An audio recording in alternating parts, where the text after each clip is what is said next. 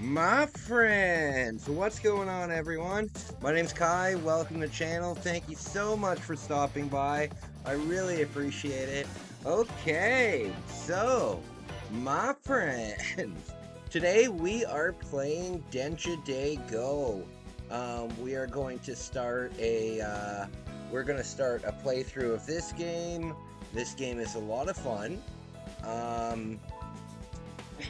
The story about this game, as you can see here, I have about 15 hours into one of my runs of it, and basically that all came from one 3-day period. When I was in Japan last year, I was in Osaka, and there was a huge typhoon. Buddy, what's going on, man? Um, there was uh there was a huge typhoon, and I was staying at that 0-star hotel. It was terrible. And during that time, the rain was so strong that you really couldn't go outside, you know? An umbrella would laugh at you. Um, yeah, it was just not good. And that entire time, I just sat in my room and played Japanese train simulator games. So this looks like the Yamamote line. The Yamamote line. So the Yamamote line is the kind of like the main. Hey Wolf, what's up, buddy? The Yamamote line is the main train. Like, so if you're going to a lot of the main places in Tokyo, you're taking the Yamamote line. I actually I lived on the Yamamote line. I lived at Sugamo, and I lived at Sugamo, and I lived at Hamamatsucho. Okay, so we gotta get through this tutorial.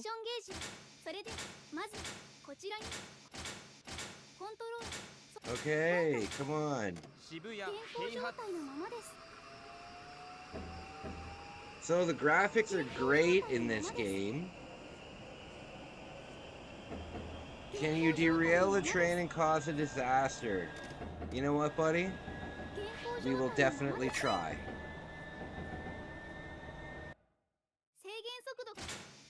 Okay. Okay. I seem to remember what to do. I haven't played this in about a year now, but I seem to remember what to do. So, tomorrow is my very first day of work. Tomorrow is my very first day of work. Yeah, so we gotta remember to turn off the lights when another train is coming. This game gets pretty intense on the harder levels. Good lord.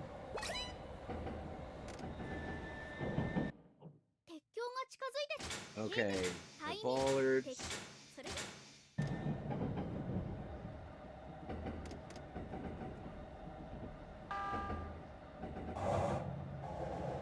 Oh no, my alarm's going off. Shit. Hold on one sec, guys.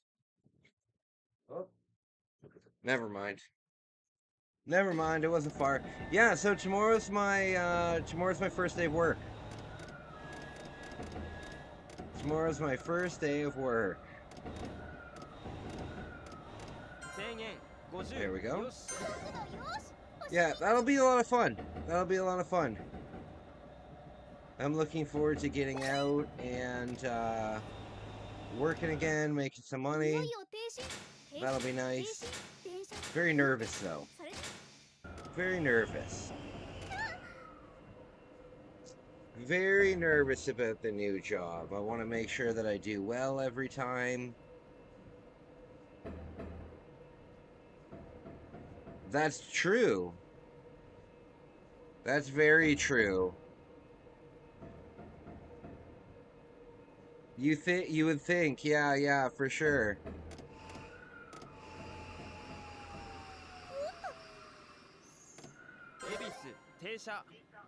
There we go.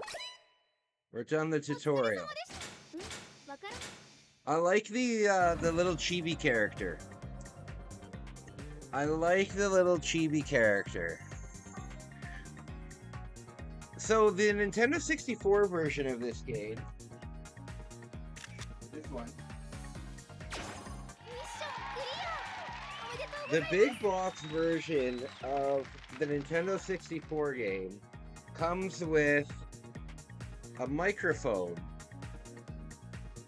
It comes with a microphone, and on the hard mode, you are supposed to like announce the stations that are coming up. Good lord, that would be hard to do. Okay. Okay, here we go. So, I believe that, yes, this is the main storyline. And there's not really, that's true. There's probably way more train derailments than plane crashes, but a plane has much more going on. It doesn't add up. Alright, so this is our main... Oh shit, I pressed the wrong button.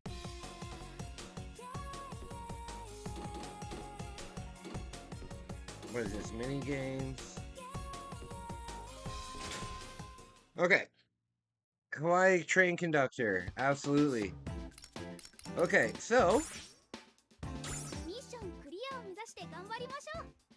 if we look up on the top, there's 4 different difficulties.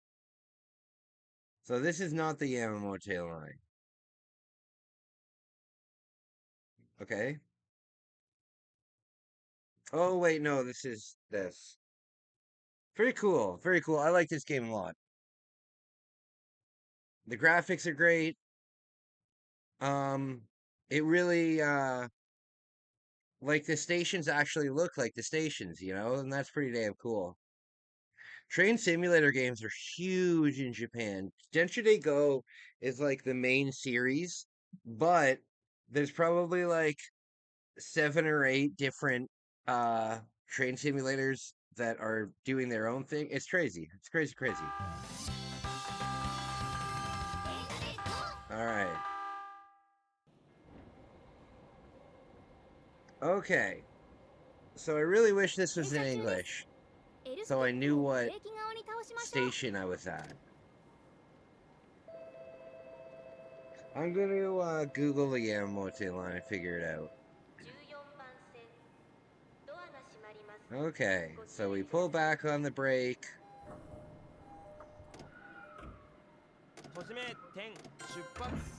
There we go.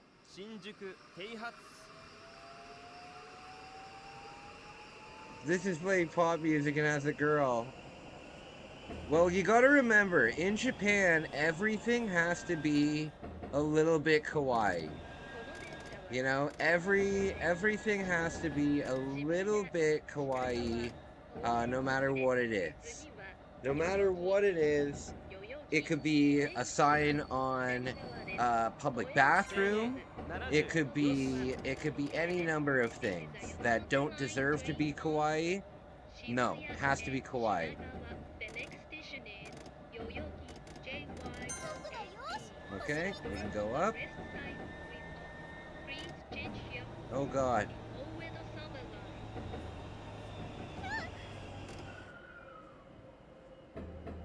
Okay.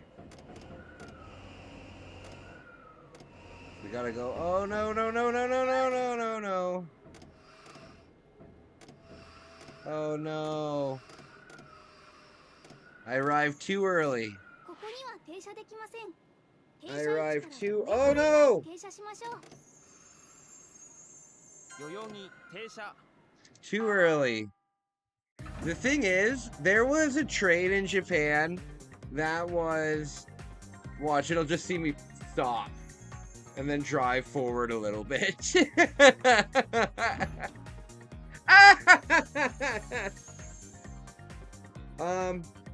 in Japan, there was a train that was late by, I think, 15 seconds, and it was such a big deal that the train company had to come out and apologize about it in the news. Just ridiculous. All right.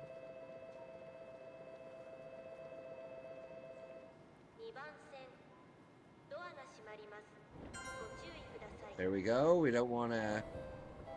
All of these little traffic rules that we have to, Oh, yeah, I can go. Okay, so, if you guys don't, Japanese are weird, very, very much. Very much.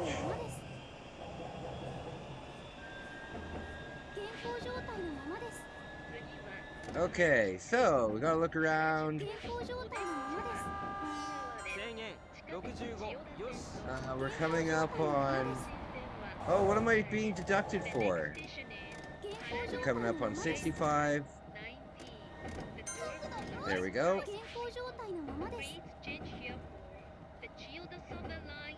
Alright.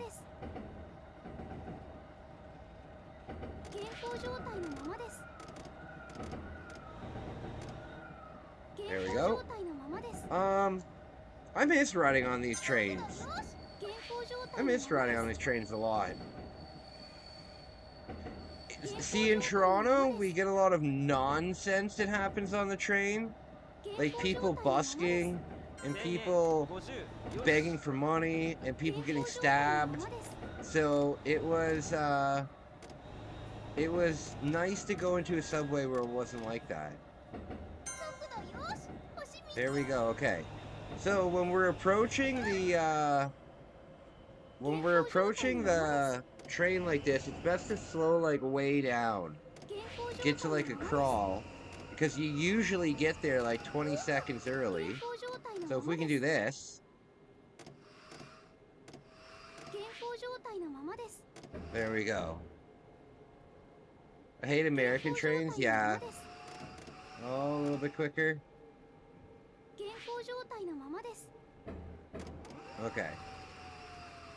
Here we go. There, that's a good score. That's a good score right there. Amrak? What's different about Amrak? Are those like the trains that go across the entire country kind of thing? Sugoi!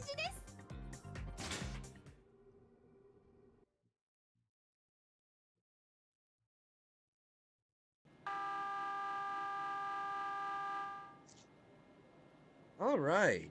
Where are we going? I want to know where we're going.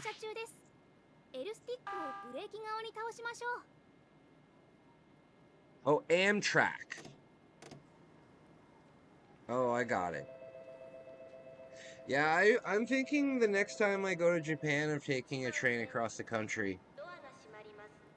The only problem is, taking a train across the country would be something that I would want to do with like as little luggage as possible. Oh no, I've screwed something up.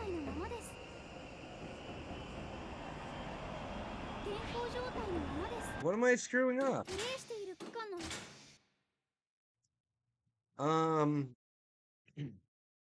Yeah, having to bring... Oh no! Oh no, I forgot they're done in sets. Check.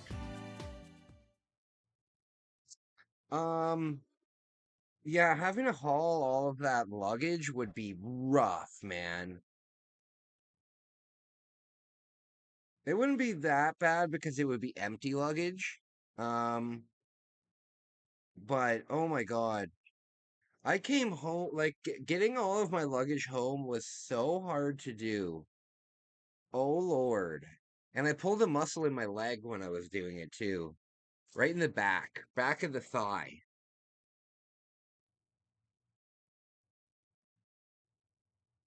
All right, so my last day of freedom is today, and it's a raining day.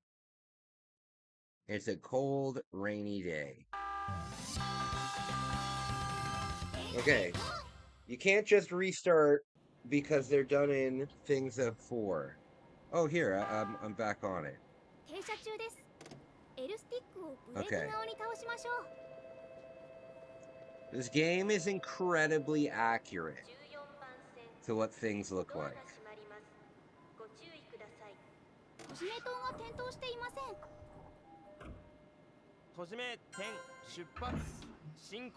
Yeah, this game's incredibly accurate to what everything looks like.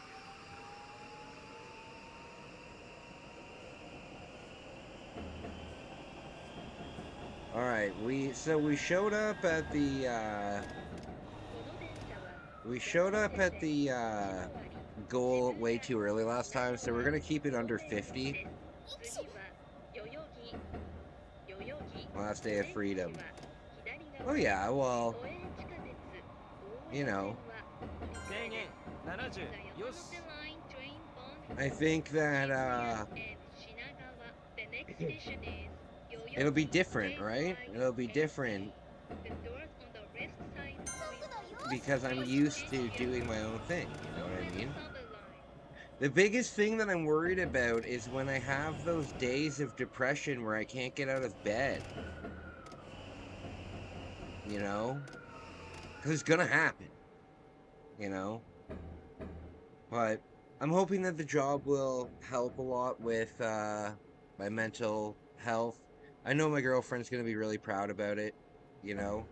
I haven't worked since we've been together, so it'll be nice for her to see that I can work. Oh no! Oh, look at that! Right on the 0! That's so amazing! That's hard to do.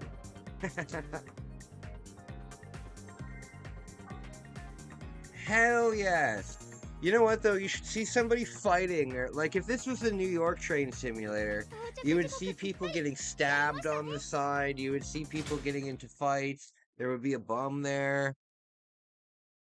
You might want to be able to get a doctor's note. Oh, I can get a doctor's note. It's just embarrassing.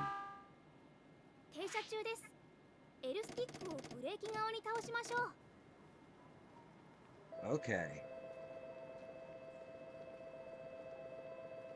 I want to hear the train announcement.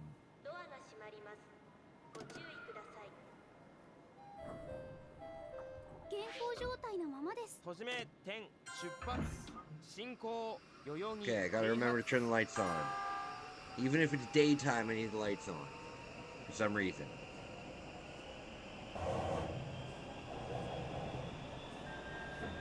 Okay, we're gonna go up to 70 here. Oh, I love the buildings.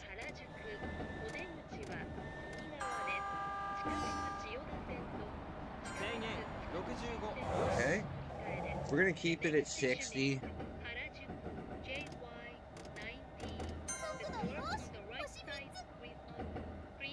Oh, turn the light off. There we go. Hells yeah.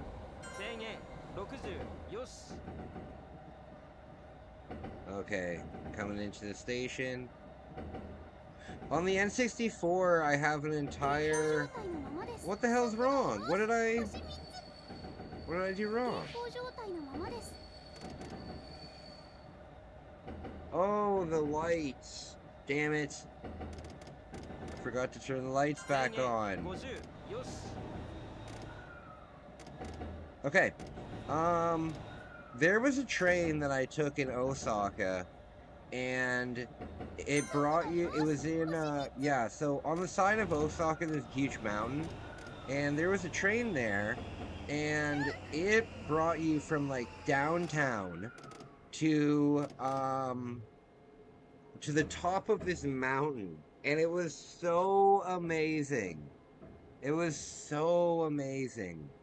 Because at one moment you're in the middle of a city, and then 20 minutes later you're literally on the top of a mountain.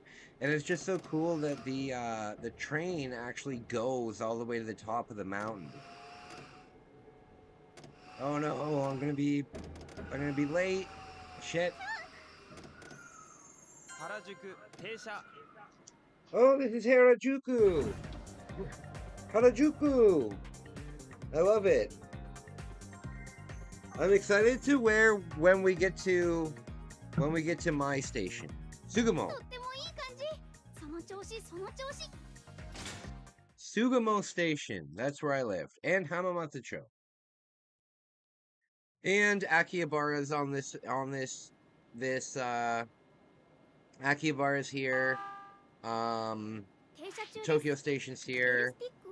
Shinjuku is there. Shibuya is there. There's a lot of really cool spots on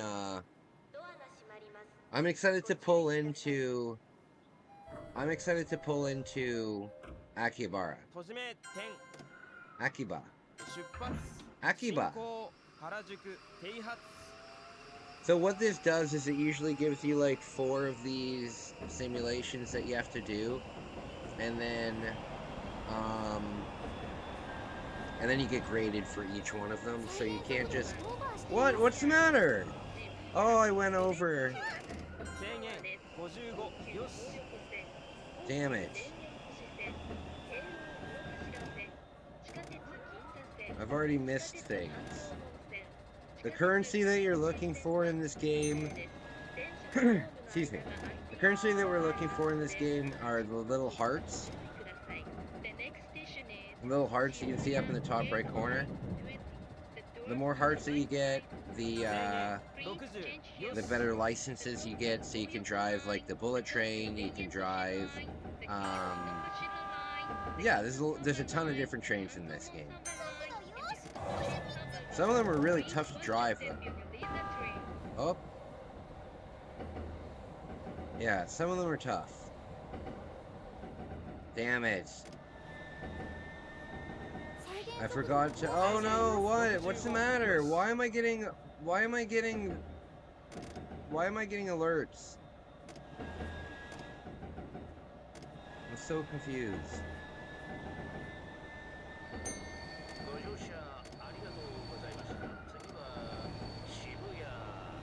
I don't know what level of difficulty I picked out of it. Oh, there's so many hentai sounds in this game. There's so many hentai sounds. Oh! I failed that one. Now nobody can get on the train. I've parked it right in the middle. Oh, no, it hasn't opened. It has an open platform.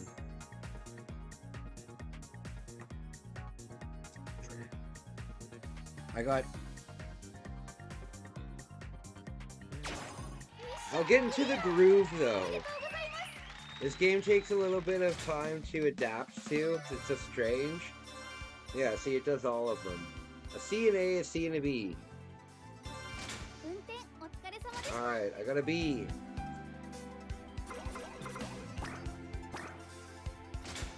So what you're trying to do, there's different difficulties for each track. So up here, oh, X, that's how I change it. Okay, so I was playing on medium difficulty. So this is easy. So we'll go through on easy, and then we'll go through on the next one, and then we'll go through on the next one, kind of thing. Yes, good.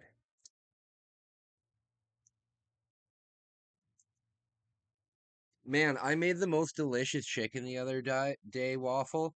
I got my charcoal barbecue, and I got this cherry wood, like smoking wood chips, and they're really, really nice. And I got all my briquettes done, and then I just put like a layer of wood chips on top of them, and I made 2 full chickens.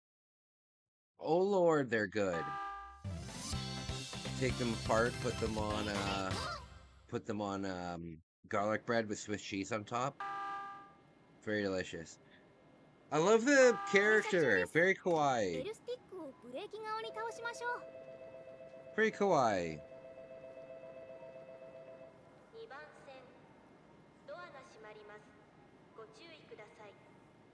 Okay.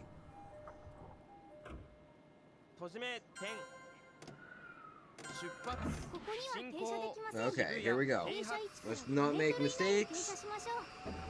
I love the graphics in this game when it's raining. Oh my goodness, I just thought of the most horrible thing just because I've kind of like been there.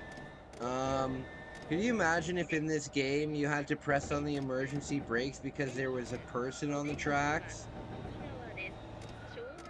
Maybe it is in this game. I don't know. I only play, even though I played 15 hours, I only played, damn it. I only played for, like 3 of the 5 levels, so maybe there will be people on the track. It would be very realistic if there was.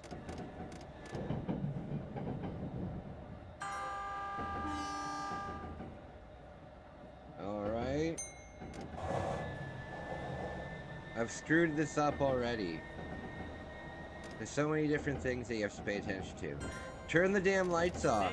You know what though? If I was living in Japan, if I was living in Japan full time and I knew that I was gonna be there for like years,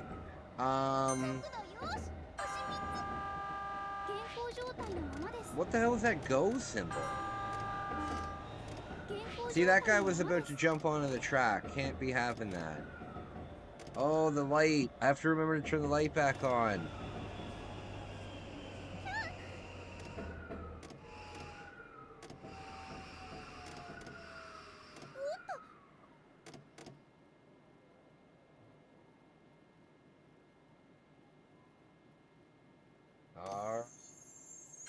There. Oh my god! 0.5 centimeters away. 0.5 centimeters away. That is the best that I will ever accomplish in this game. You guys just witnessed it. You guys just witnessed the best stop that I will ever do. 0.5 centimeters. Good lord. Also, you would think something as fucking giant as a train would operate on something bigger than centimeters. You know what I mean?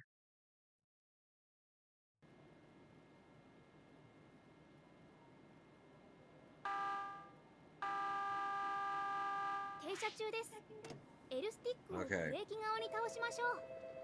I'm gonna grab my phone. I'm gonna look up the Yamamote line.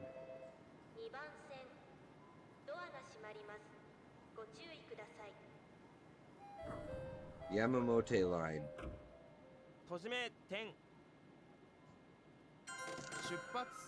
Alright.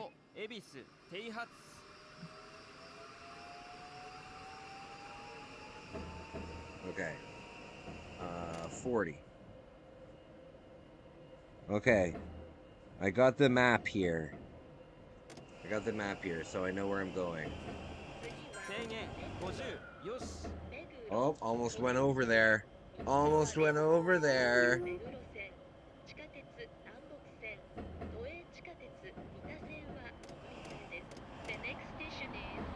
Okay. Oh. There we go. Turn the light back on, Kai. Turn the light back on. There we go. Okay. Nice relaxing train ride. Just chilling. Just chilling on the train. Wipers.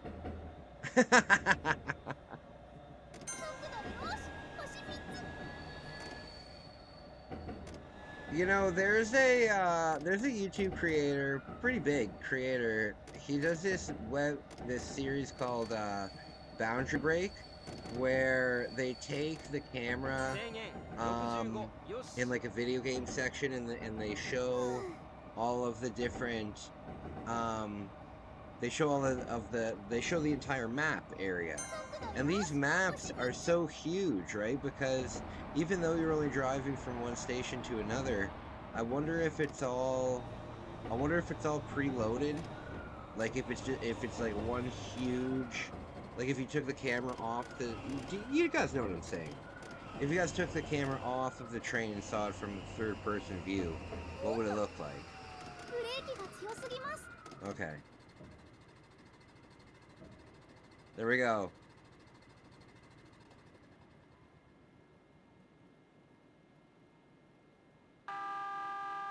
Hit the horn on them.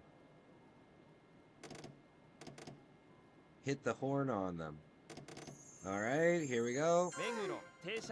Like, look, I parked well there. And, I was still 300 and something centimeters off. 0.5 centimeters off. That's amazing. How long it takes me to approach.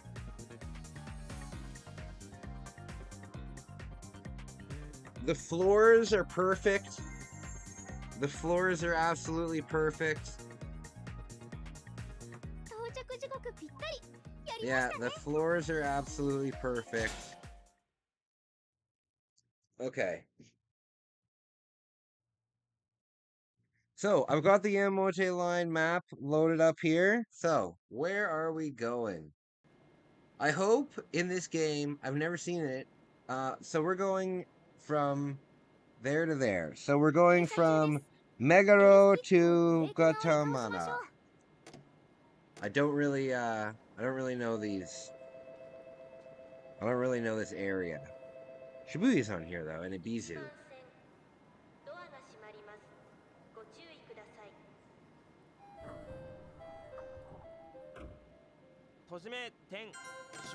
Okay. Where's Sugamo? Should we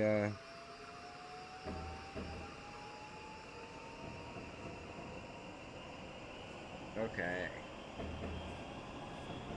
75.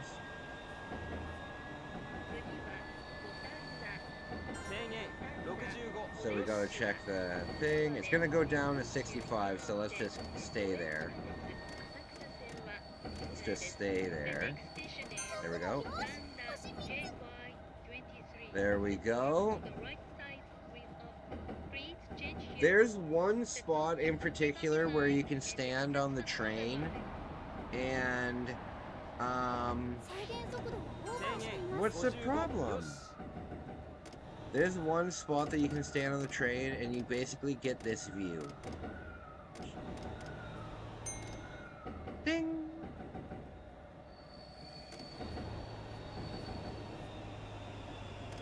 Okay.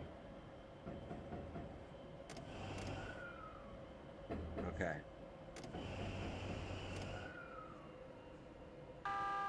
Hit the horn on them. Hit the horn on them. Make sure nobody's messing up.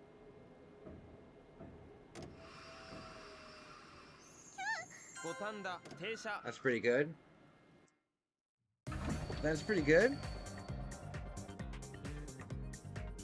In the train in Tokyo, in Japan, you have to keep, all the men, when they're on the train, have to hold on to the top bar. And, it's because, like, groping and stuff is so, rampant that basically even if you're just a normal person and, like, the train moves and you accidentally touch somebody, they can run off to the police. So all the men have to keep their hands up on the top bars, even if they're super tired. So you'll see people that are like falling asleep and they'll be up there. It's so strange. So strange. Well, that's a beautiful train. All right.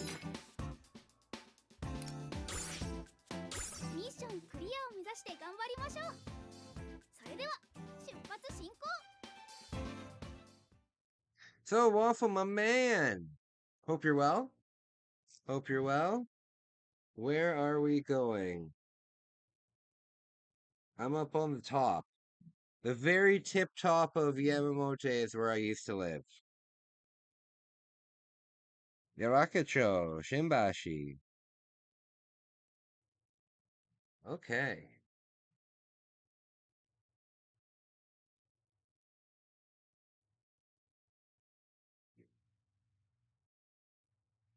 My friends. Okay, where are we going? Where are we going? Densha they go! Alright. All down the bottom.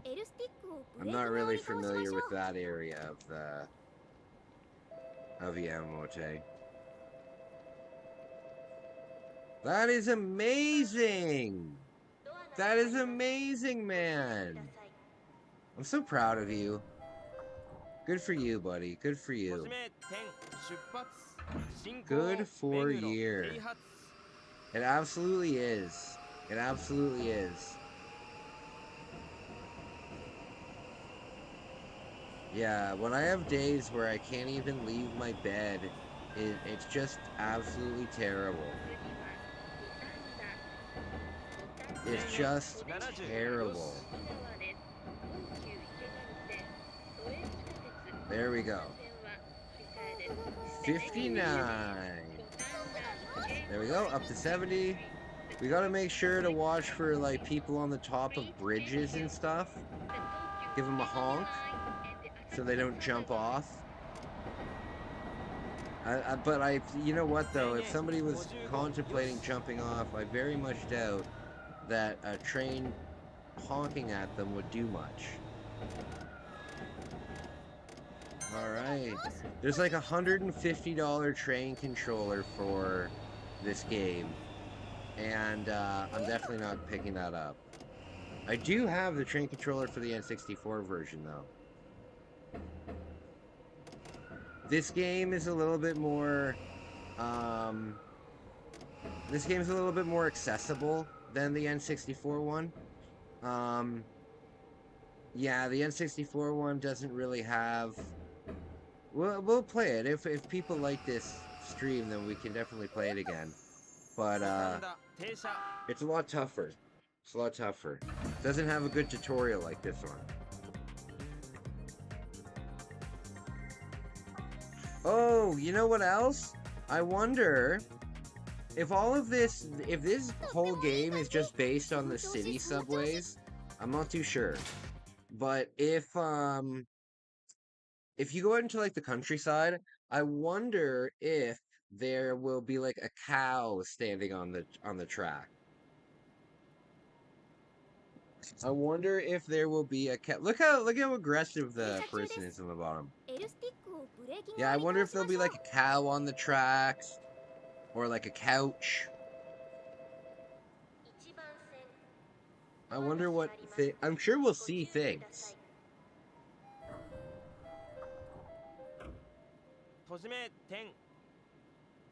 Yeah, I hear ya.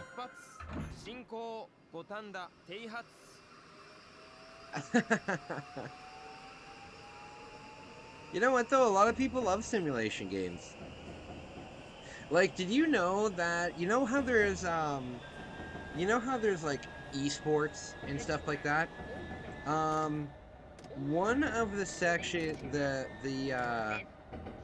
one of the esports categories that I had no idea was a real thing was farming simulator esports.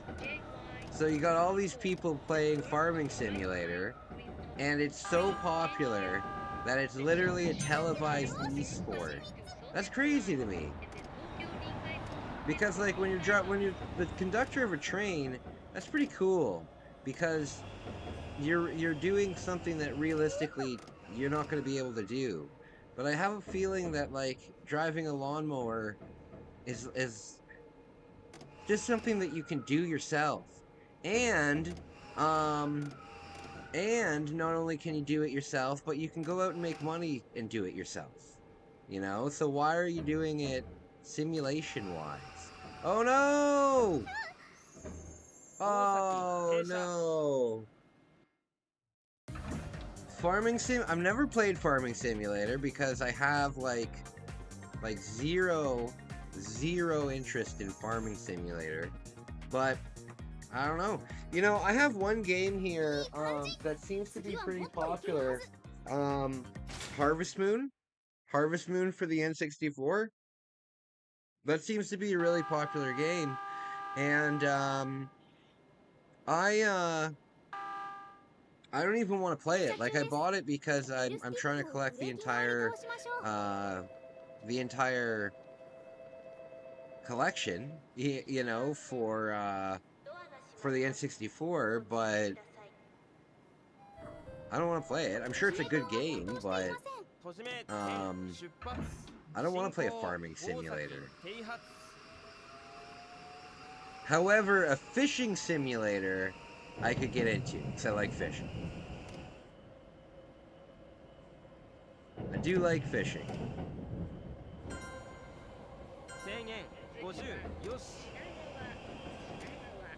You know what other games are boring as hell, but I seem to like them sometimes. Like sometimes I'm in the mood to just throw one on for like maybe an hour and play it. Is golf games. I don't mind golf games at all. I think I got Mario Golf.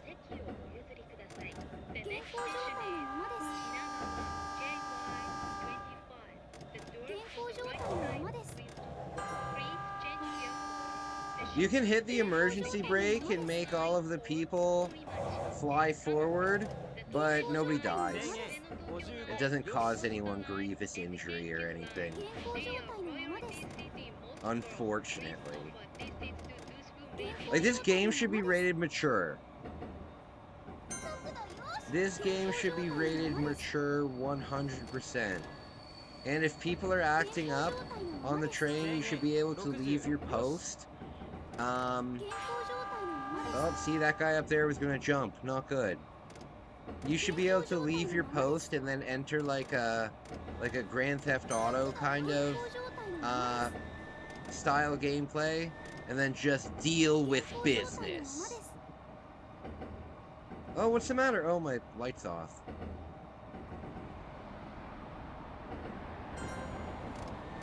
Alright.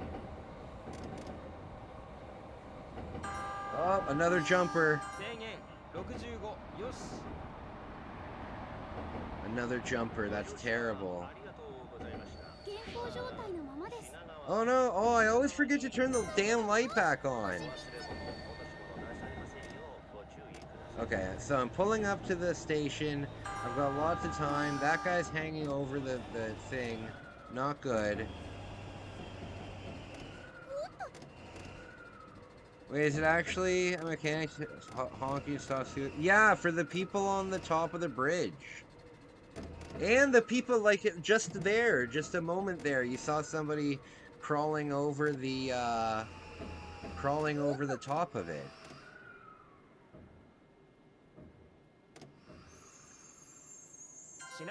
There we go. Yeah, there was a guy climbing over the railing there. It's just part of the job, man. It's just part of the job. When I was in Japan, and you'll see as the vlogs come out, I basically was either witness to or on the train when 3 suicides happened during my trip. 3 suicides. Terrible. We were on the train once and it had to hit the emergency stop, and everybody on the train like fell forward, and I was filming while it happened. I'm not too sure if the vlog that had it has already been released or if it's coming up. But yeah, scary stuff. But it does happen so often in Japan. You know what else happens often in Japan, but I'm sure this happens often anywhere where there's a... Hey, James, what's up? I'm sure this happens anywhere, but there was about 2 months before I went on my first Japan trip, a mom jumped in front of a train, and she had her 2 children with her, and she like dragged them along too, so it hit all of them, which is absolutely horrific. And hey, James. And while I was there was a guy who was like a wanted criminal, and he was wanted for pushing people onto the track, and then like running out of the station. So me and Megumi were watching the news in Osaka, and like it was national news, right? And there was a guy who was. Oh, hold on. Okay, so where am I going here? Oh no.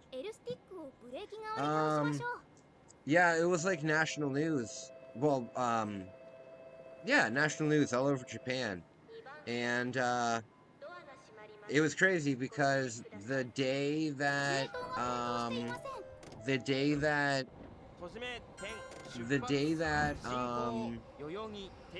we were watching the news, I was on the track that they were talking about, and there was somebody going around pushing people on the track at that exact place. So I could have been that person who was on the track. What the hell's the problem? Is it just a normal occurrence? It's so morbid. Yeah, it's just an incredibly normal occurrence. It's incredibly normal, which is really sad. Well, think about it like this. I was a witness to three in 3 months, so once a month basically, and that's crazy. But you gotta think about this, and I talked about this in one of my vlogs. Like, um, in an upcoming vlog, I didn't film this because I figured that like when it comes to like good things, you shouldn't like film them and then put them on YouTube because like you should be doing them to be good. You know what I mean? It doesn't need to be content, is what I'm trying to say. So me and my girlfriend were eating, um, we were eating lunch, and we had like a window seat, and we were looking out the window, and it was an incredibly busy day, right? And we were looking at like a square of people, right? So hundreds and hundreds, if not thousands of people, um, were there.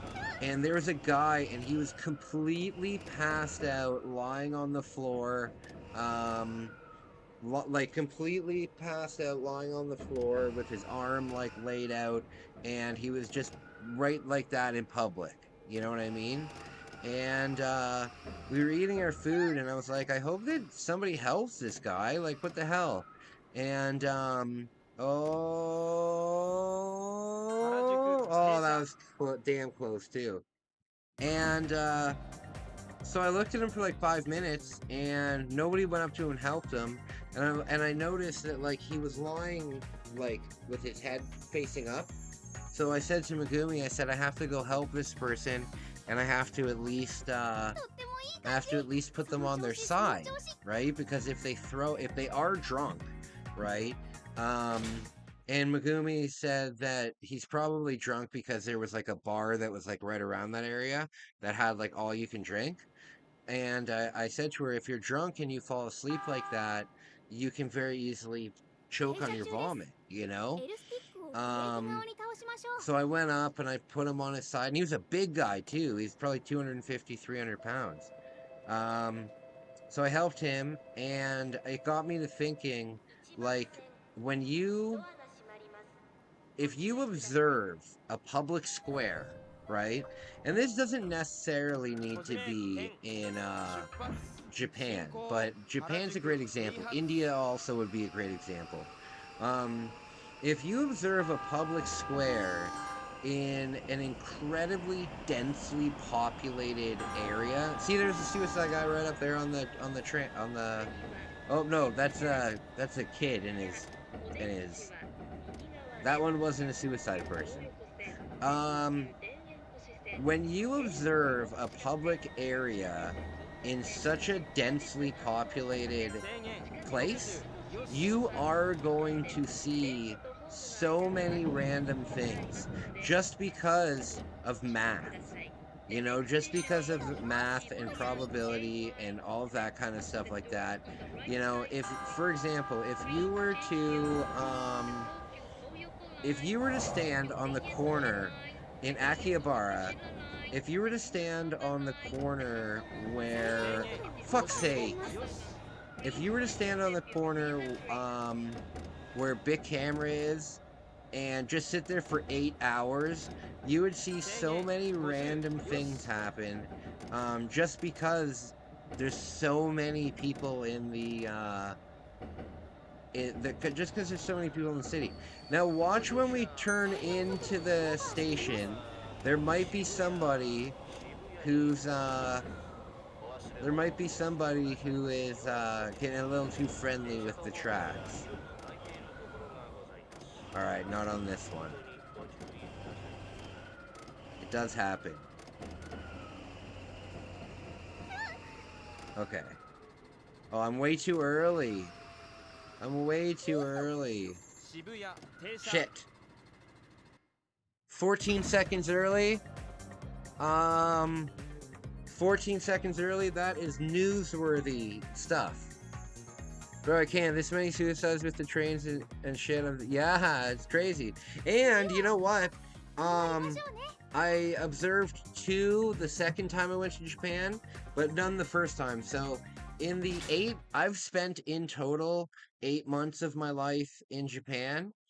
And in those 8 months, I've been on the train, or on the platform for 5 of them, you know?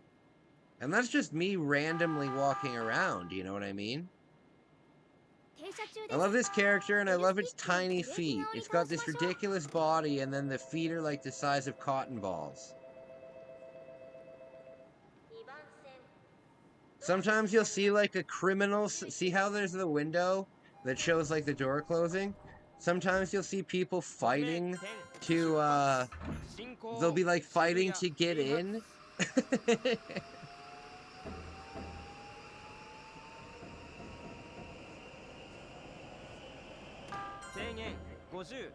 Okay, we're going up to 50k soon. Yeah, you do have to walk it.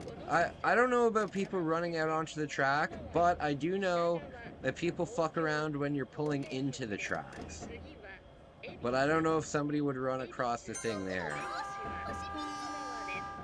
Oh wait, yeah, this person was. Oh, he's just saying goodbye. This game deals with dark subjects.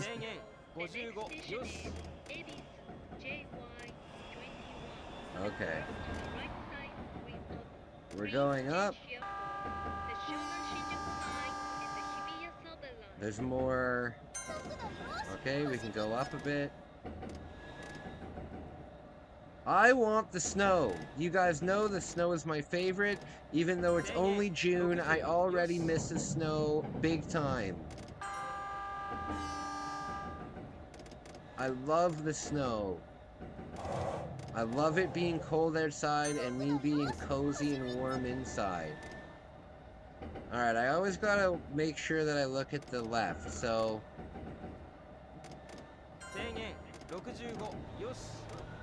Oh, no, we gotta speed up.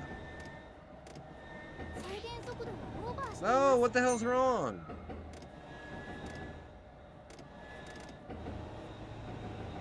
Alright. My friends, I'm a conductor. I am a conductor. Don't jump onto the thing. Don't jump onto the thing. Don't you guys dare do it.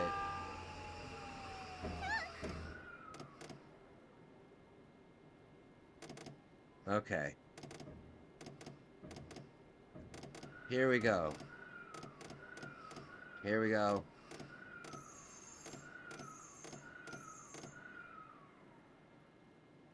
Oh! Densha de go! Public suicide is scummy in my opinion. I agree with you. You know what though? Suicide in general is pretty scummy. Like there's I guess hanging yourself doesn't really cause a mess. But you gotta think that somebody has to find you. You know what I mean? Whether you blow your head off with a gun or whether you do whatever, right? Somebody has to find you.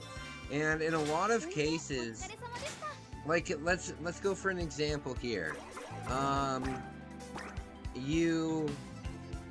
You're in a motel in America where it's easy to get a gun and you blow your head off in a motel room, right? Which has to be super common, right? Same here in Canada, but not really with the gun. But now the people have to clean it up. Now the business forever, no matter if the business stays alive for the next 200 years, it will always be that business where somebody blew their head off inside of it. You know, there's no clean way to do suicide, really, or to commit suicide. Yeah, even if you do it like the cleanest way, like hanging yourself, um, somebody still has to walk by and find that shit, you know? And that's terrifying.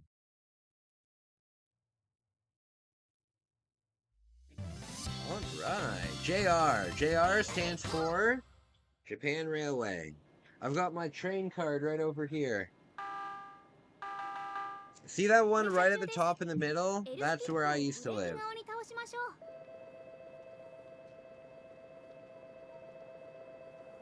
All right. So,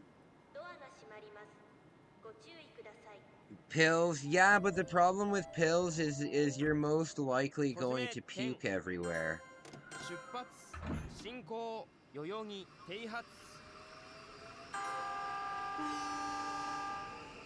Yeah, the thing is with pills, you'll wake up in a pool of your own bodily fluids.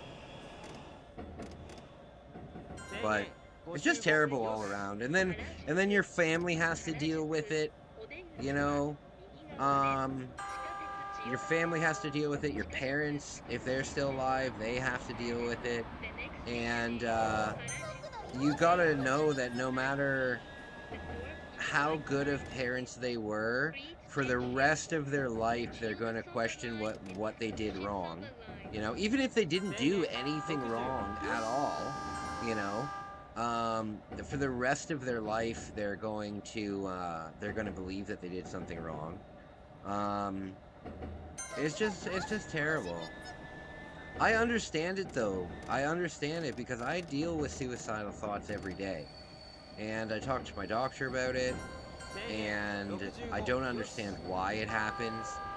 And it's gotten better now because I don't live on a balcony, or my balcony is very small, you know.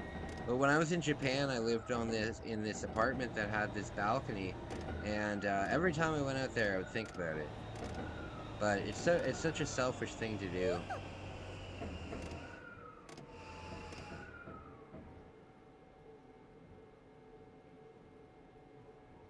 You know, I mean, obviously there are times when it's understandable, like people that are constantly in pain, like stuff like that. I just believe, like in my religion and stuff, that um, you know, God decides when you came into this planet, and God decides when you are coming out, and it's not really up for you to decide, which sucks. You know, which sucks.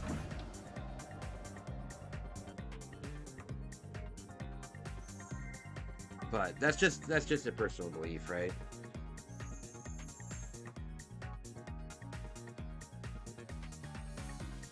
Okay, I'm not doing too bad. Not doing too bad.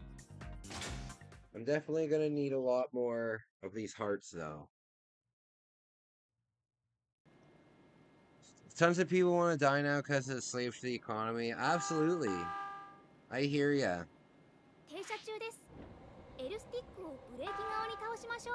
The society should work towards a reality where nobody except extremely ill would do such a thing. Yeah, well, the problem is in Japan, they don't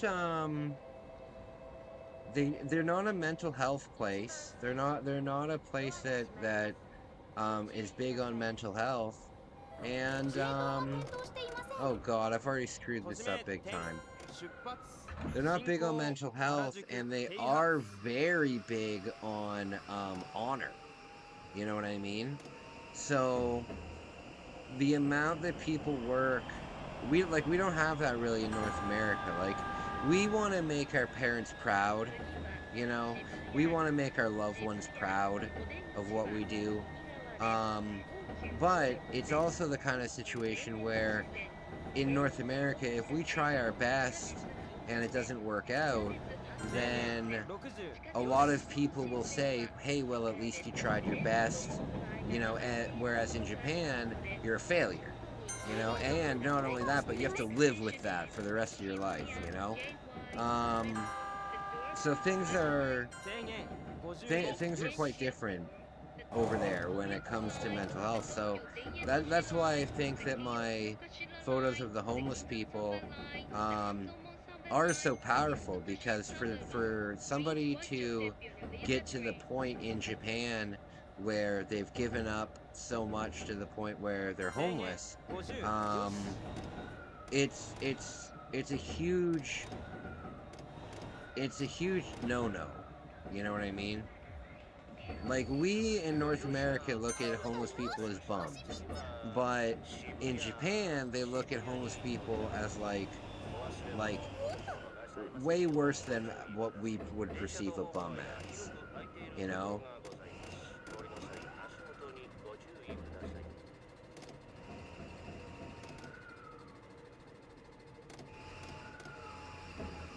Alright, let's make a good stop. Don't jump on the track!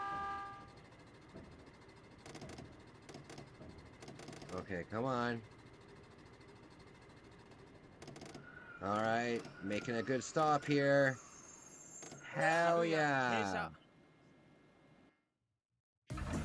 Densha! Densha!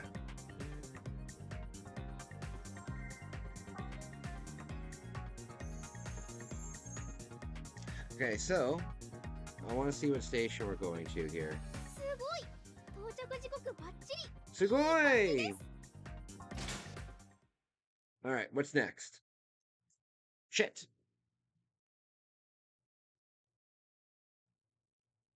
They seem like they don't care about each other. Well, people in Japan are very, okay, hold on one sec. So this is third up. Oh, we're going to Shibuya! Very cool. I've been to Shibuya many times. Well, the problem in Japan is people really stick to themselves, you know? It's like, they've developed this thing, and I'm not a fucking historian or anything, but I think because the population is so big, they're more inclined to be more, you know, for example, like, if you are walking down the street and you smile at everyone that you meet, and it's a wonderful kind of day. Fucking Arthur. If you walk down the street and you smile at people, they won't smile back at you, you know? And if you're a guy and you smile at women, they will think it's weird. They will 100% think it's weird. Oh, you know what that thing is? That tower? That tower is, oh, this is so cool. That tower is a waste facility place. And it's a chimney for burning garbage. Very cool. Yeah, so if you smile at women, they will look at you like this. They'll be like, what the fuck is this guy doing? Like, why is this guy smiling at me?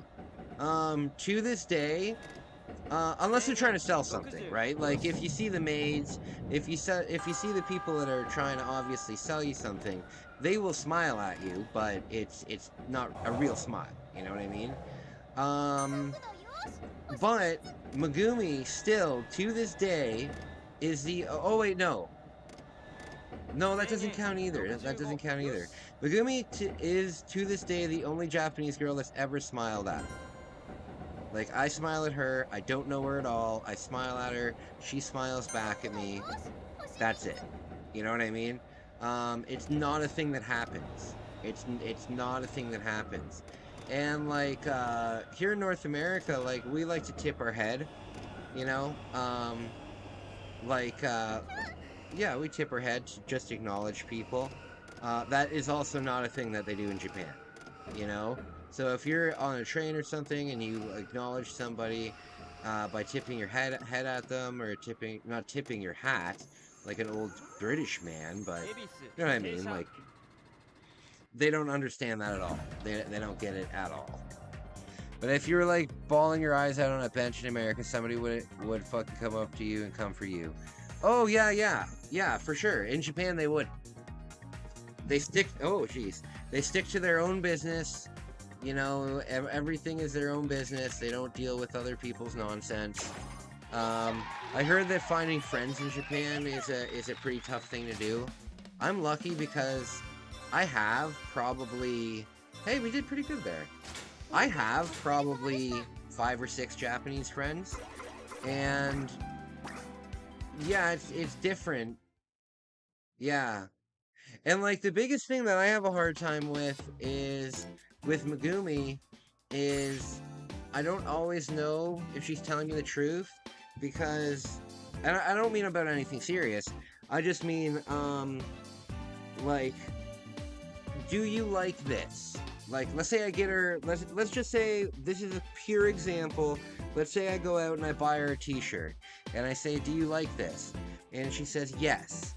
I don't know if she actually likes it, because even if she's all excited about it, because Japanese people are told to, like, always put up a thing that, you know, never show your true feelings and stuff. So, I always try and let her know that she can definitely show her feelings around me, you know? So if something's bothering her, please let me know. Please don't just keep it in the background and ignore it, you know. Either way, guys, I'm going to take a 2-minute break. I will be right back. Come on. Come on, Mario. Come on, Mario, jump! I'll give up.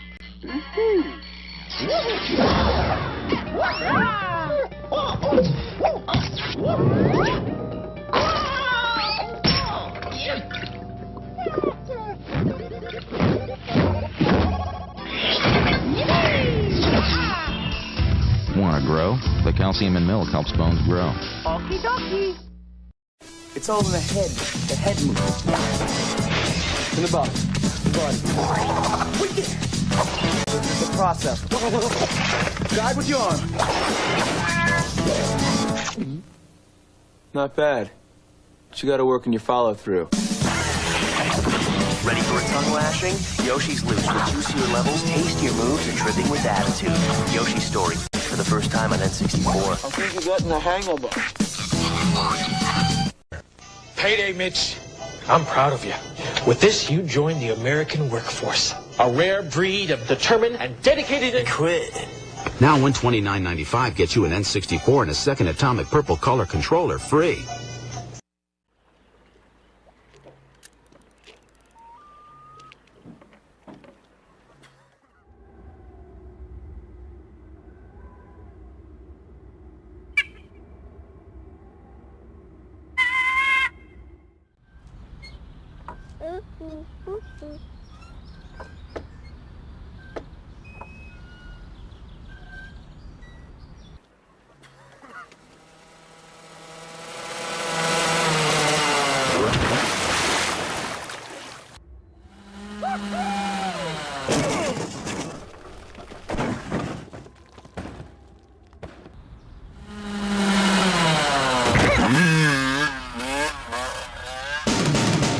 Excitebike 64. Get serious air.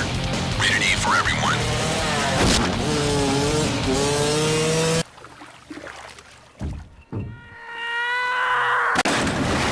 The Rock can't believe this little Rudy Pucciabroni has stolen all The Rock's signature moves. He walks like The Rock. He talks like The Rock. He's got the rock bottom, the people's elbow, the people's eyebrow. That's gimmick infringement. That ain't right. He's even got the millions and the millions of The Rock's fans playing this video game. The Rock, know your role and shut your mouth. Over 50 WWF superstars, all their signature moves and taunts. WrestleMania 2000. The Rock is going to take that little green bag, all those little video games, and stick them straight up your candy ass. Strategic warfare takes risk, determination, and most of all, the strategic mind of a brilliant military genius. I lose again! StarCraft, all-out war on N64. Loser! Rated T. Engine? Check. Fuel? Check. Tires? Check. Helmet? Helmet? Check. Okay, aerodynamic he's not, but he sure can make some tracks. Mickey Speedway USA. 16 magical tracks, 4-player action. Mickey, Donald, and the whole Disney crew. Goofy? Check. Rated E for everyone.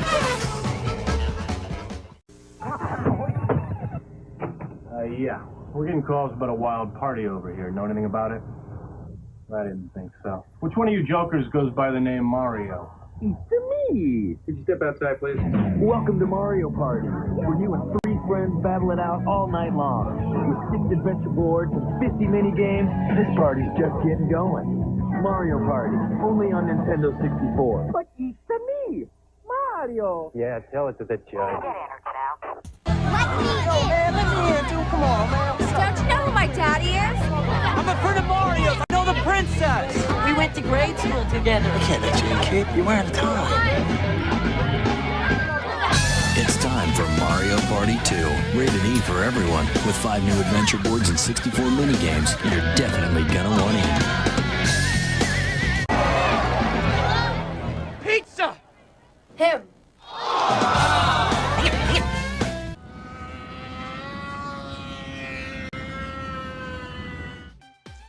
Hey, buddy. Okay. Yeah, sorry about the random commercials. I haven't edited it. I haven't edited it yet. I'll get more soon. I will get more soon. Yeah, I'll get more soon, don't worry. All right.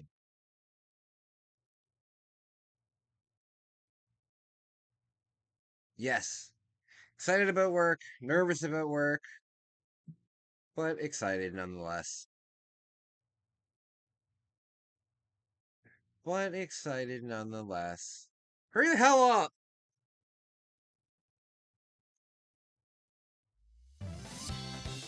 I am gonna go for a walk at the lake today. I just wanted a random order. Oh no, I understand, but I just... Don't worry. Don't worry. Give me one day and tomorrow I'll get the things done. Damn it, I already made a mistake. Sometimes a criminal will run onto the train. Sometimes a crime will happen. I'm gonna go do a crime. Hey guys, what do you want to do today? Let's go do a crime. Nobody better jump on the tracks. You know what I want to see? I want to see the snow environment.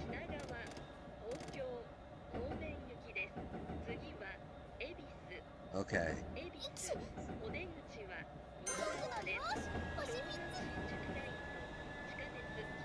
Oh, that tower is so nostalgic. When I was in Japan, you know what I called that tower? Because it's incredible to witness in real life, that tower. Hey, Dave! This is Densha Day Go! I'm the conductor of my own train in Japan. Better make it on time, so Takeshi can get to work. Oh no, the weather just changed dramatically. What's going on, buddy? Oh, turn lights off. Okay, so are there train crashes in this game? Probably. Probably. I mean, there can't not be, right? There can't not be. If you can prevent suicides in this game, then I'm sure that there's crashes in this game. It's gotta happen. Oh, for a turn. You gotta think to yourself, if you were put in charge of developing a train simulator game, what would be the #1 first thing that you start working on? Obviously the train crashes, right? First thing, on the spot research at all of the different stations. Second thing, train crash physics. Oh look, there's a sleeper train beside it. So those trains beside it on the top, they're sleeper trains. And they don't give you anything to sleep on. They don't give you like a bed. Well, some of them do. But those ones in particular don't. You just get like a flat space. I love the character. Look at the feet on her. They're like microscopic.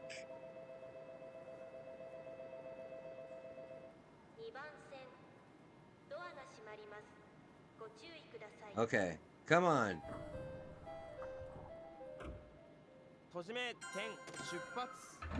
Alright, off we go.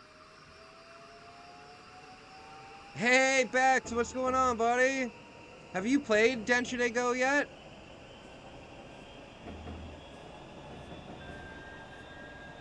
Alright, we got a 65-mile limit here. Yeah, this game looks really good. I wonder if you see any homeless encampments. This seems to be all centered around Tokyo, though. If we do go to Osaka, we might see some homeless encampments. Oh!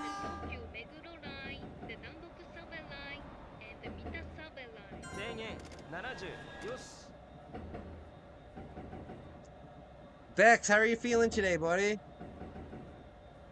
Oh, we gotta turn the lights off.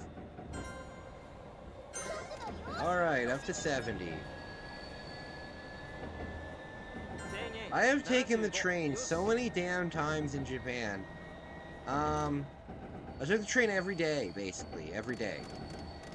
Other than days that I was depressed, I took the train every day.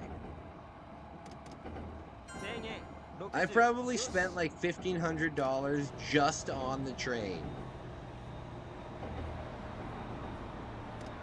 Alright, we hit it. Hell yeah.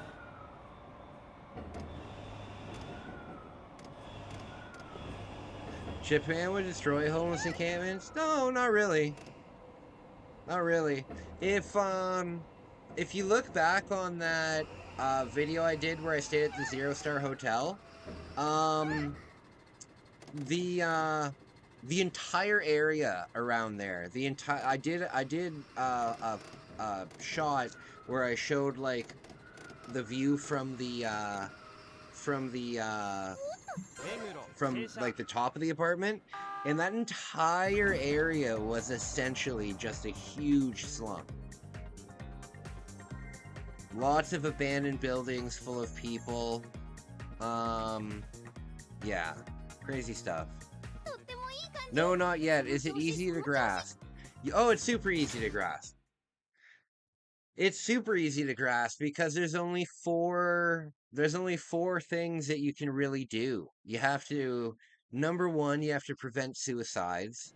So there'll be people that attempt to get onto the tracks when you pull in and out of stations. And yeah, see, like over here, the X, Y, A, and B, those are the only buttons, and they're pretty easy to understand. One's the horn, one's the windshield wipers, one's the light, and one's just press button. So yeah, it's easy to grasp. It's a very relaxing game.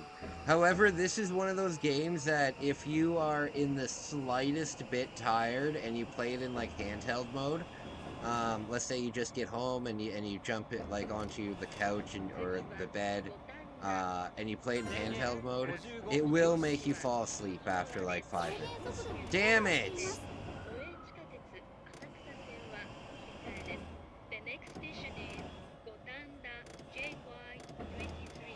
I want to get the S rank, but damn it! 2 times I went over the speed limit. That's terrible. 2 times. You just gotta pay attention to everything, which is hard to do when you look at chat, because things can happen so quickly. Oh, what the hell's the problem? Oh lord, this run is not good. As I'm trying... See, this guy was gonna jump onto the tracks.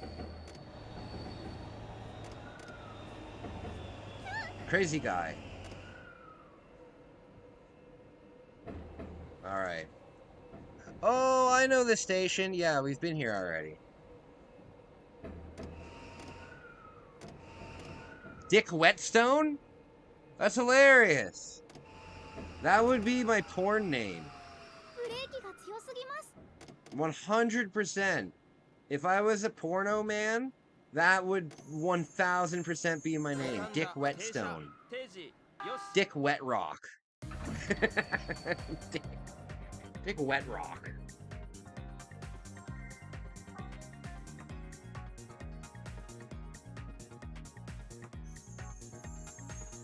That's some good train riding there. That's some good train riding. Yeah, if I ever were to move to Japan full-time,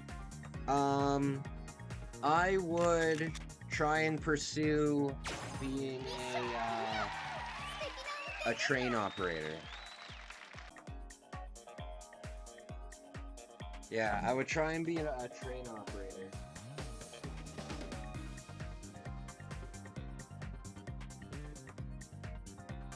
Alright. What did I rank? BABBA. Hell yeah. The only problem is I don't know what any of these stats are. So if it says like 0 out of 3, I don't really know what I'm trying to get. Thought you were gonna say you would pursue porn. God, no. How exhausting that would be. One thing I've learned in life is that you should never mix the things that you really enjoy with work, because you can't go back on them. You know what I mean?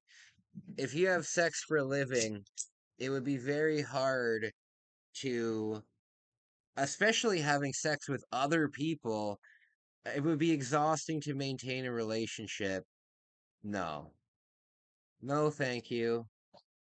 No, thank you. Plus, men get paid like pennies in porn. Women are the ones that make the money. All right. Actually, you know what's funny? One of my high school friends, as an adult, turned out to be a porn director. So, I mean, if you go to high school with hundreds of people, some of them are bound to do wild things. Oh, this is a new train. Oh, it seems to be the same thing, though. Okay.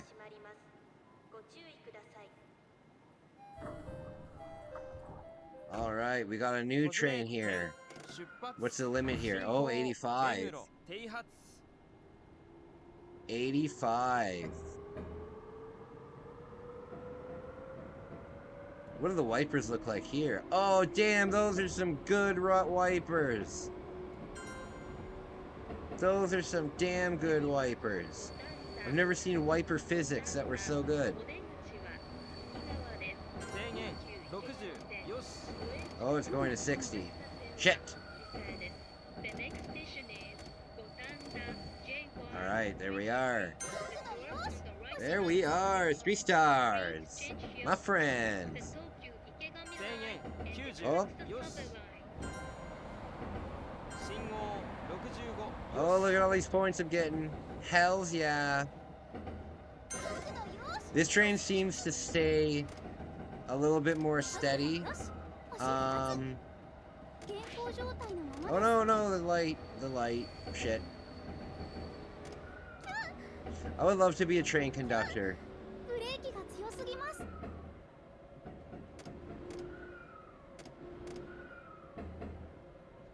I think being a train conductor would be a lot of fun.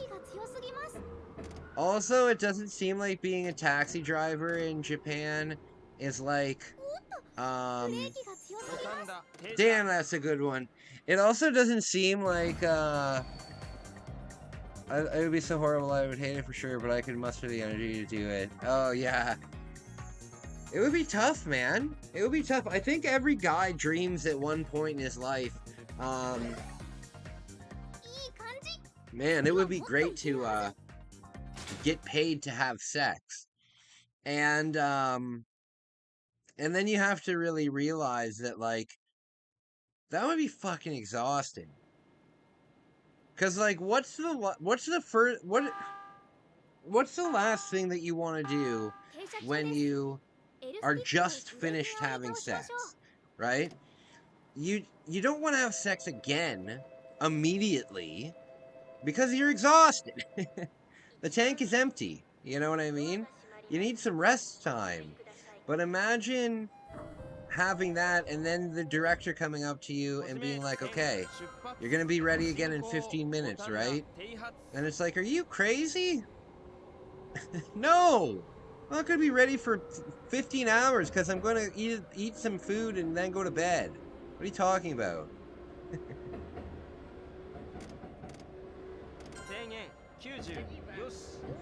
Ready for more? No! I have to eat and I have to sleep.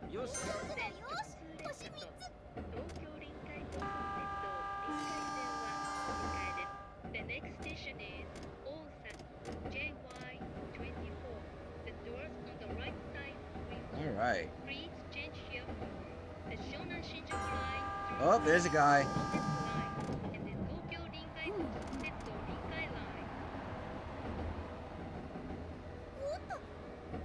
Okay, slow down. Good lord, this thing takes a long time to slow down.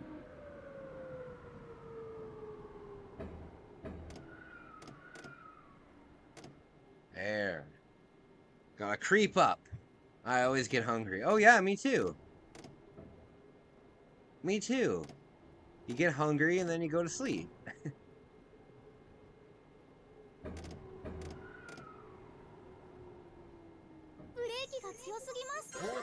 Damn, that was a good one. Oh, I'll let you sit on the bench. I'll take up the burden of banging all these wounds while we all have to cross our bear. Oh, buddy. I'm happy with Megumi.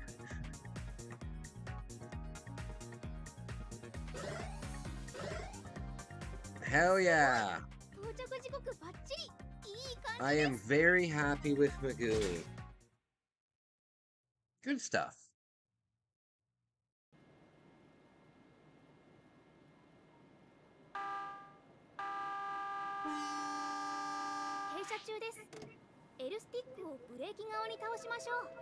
Sometimes the people that are getting onto the train start a fight, and you have to fucking honk the horn at them. Sometimes a criminal comes on, doing crime.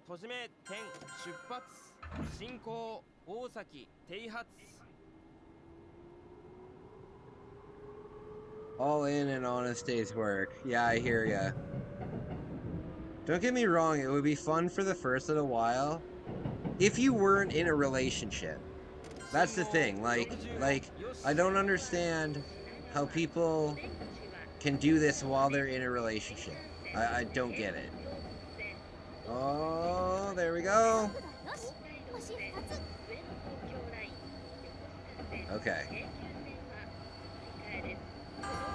Oh, I thought somebody was going to jump on there for a second.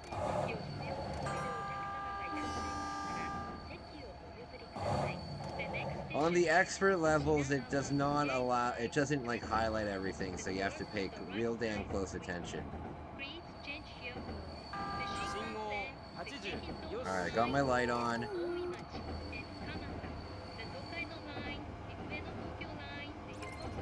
Damn it. Oh, it wants me to hold 80. Come on. There we go. This train seems to hold the,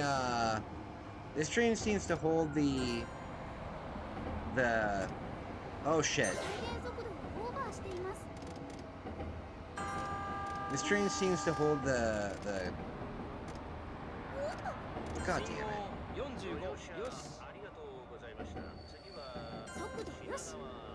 It's going down to 30. Oh lord.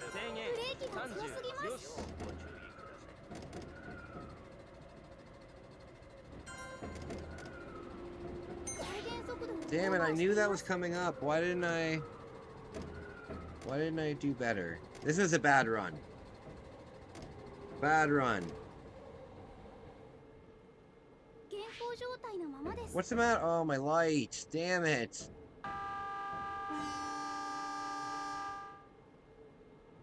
Alright. Nobody jump on this.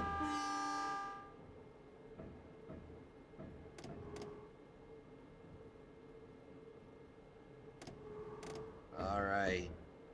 Slowly pulling in.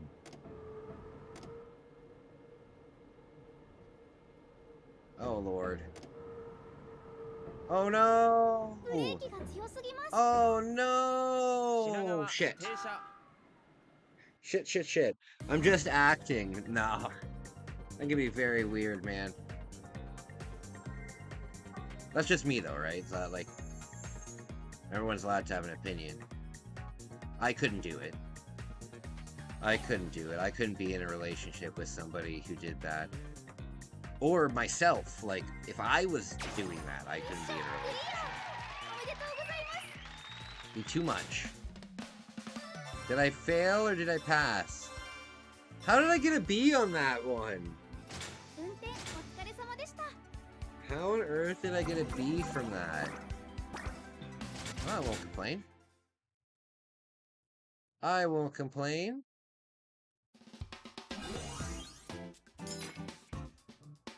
All right.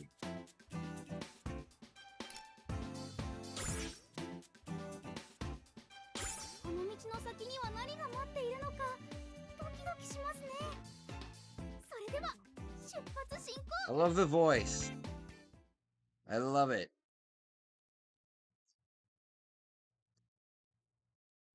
See, the thing is, I don't know anything about anime. I've never watched an anime thing. When I was in Japan, the amount of people that I met, like when I was staying at the capsule hotel, I met probably 100 different people, different tourists from all over the world. And every single one of them asked me what my favorite anime was, you know, because there was just this mutual understanding that if you're a foreigner, who's around my age in Japan, that you must love anime, right? And I'm not against anime. Like I think it's cool. I think I've seen, I think a lot of the atmosphere, like like for example, I've seen a lot of like city shots or food shots, that are just beautiful, you know? I'm not against it, but I've just never watched it. It's never really been accessible to me. So, yeah, everybody would ask me, what's your favorite Pokemon? And I'd say, I don't know, Pokemon. What's your favorite anime? I'd say, I don't know, Pokemon. I've never really seen anything else. I saw Yu-Gi-Oh! When I was young, but I don't remember any of it. Like, I remember episodes of Pokemon, no problem. The Squirtle Squad? Hell yeah. Okay? But I don't remember any Yu-Gi-Oh! Episodes. I wasn't allowed to watch Dragon Ball Z.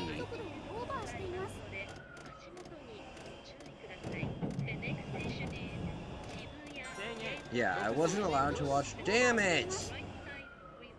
My favorite is Inaki Seiki. I'll look it up.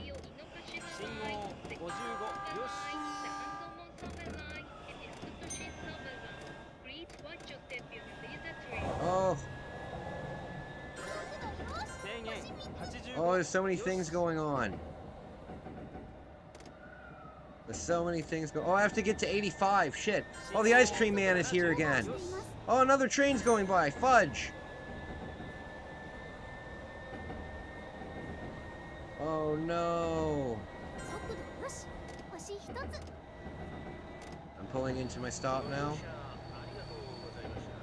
Driving a train would be a hell of a lot of fun. Don't jump on the track.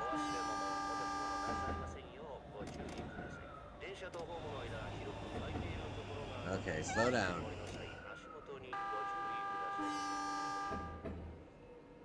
Do you know what those yellow lines are, buddy?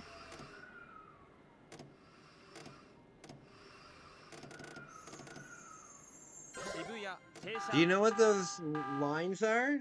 I think I've talked about it in my vlogs. They're not just caution lines. They are, they're lines for blind people.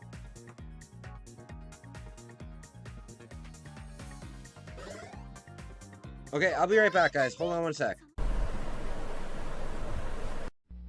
Mom. Come on, Mario. Come on, Mario, jump! Don't give up.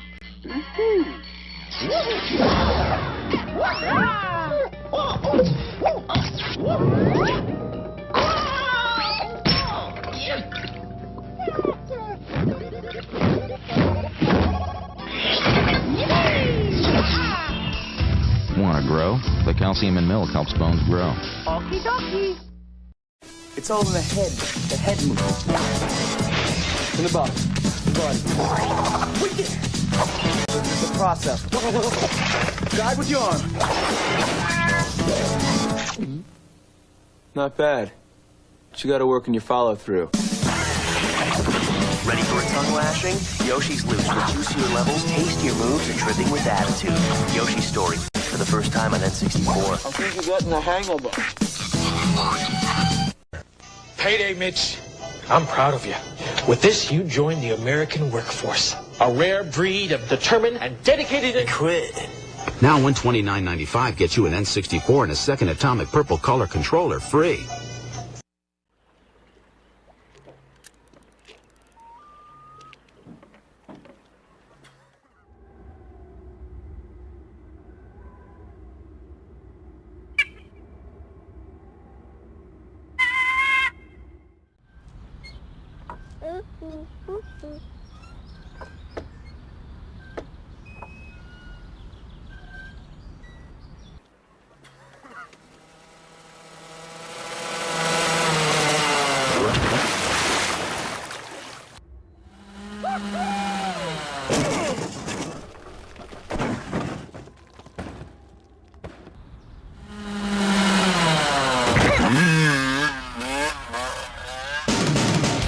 Excite Bike 64. Get serious air. Rated E for everyone.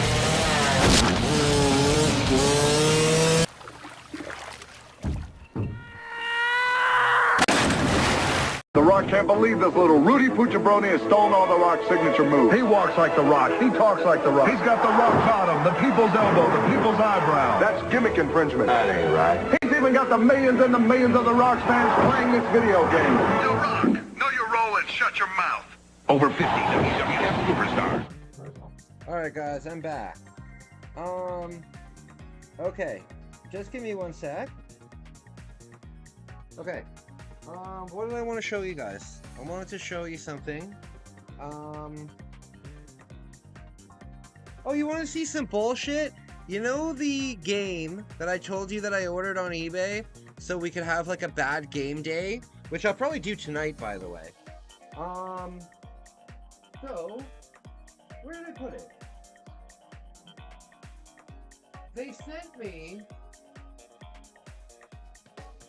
sent me a Game Boy game, and there's a huge fucking chunk out of it.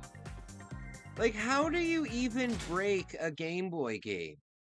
So, what's nice about that is, the only reason I bought the game, it wasn't that expensive. After like shipping and everything, it was, I think like 18 bucks or something. But, because it wasn't pictured like that, it obviously... Where did I put that game? Oh, here it is. Look at this.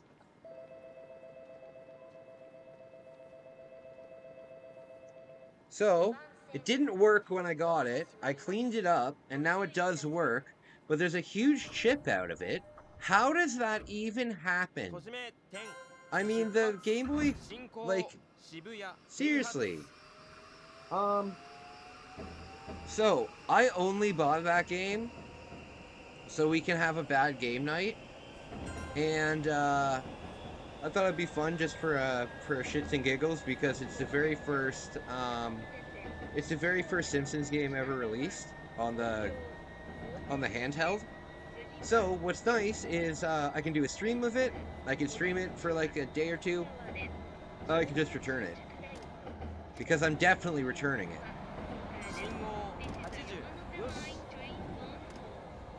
Yeah, I'm glad I got it, and I'm glad that I got it to work. But how the hell am I supposed to drop the? Oh, okay. Yeah, I can't believe that they sent me that. And I looked like in the package, and it didn't break like in transit.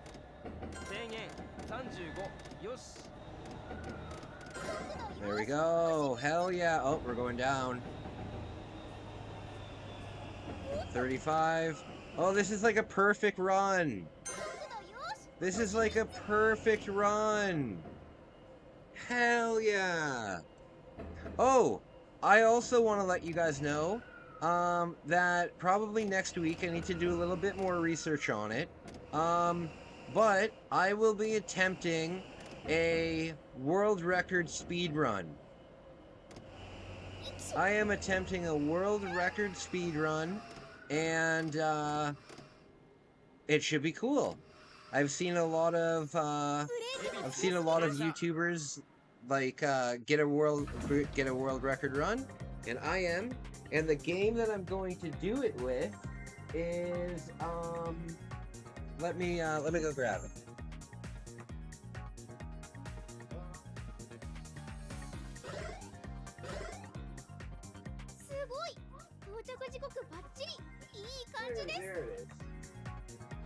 Here it is.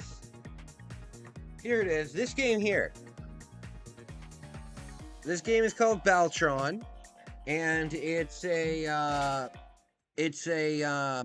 space shooting game. However, my best time on it is 23 seconds to beat the whole game. 23 seconds. Now, this is a game, it's an early game, so it loops, right? So basically what happens is you fly from left to right, and you can choose the speed that you go at. You can go slow and shoot all the enemies slowly. You can blast right through it.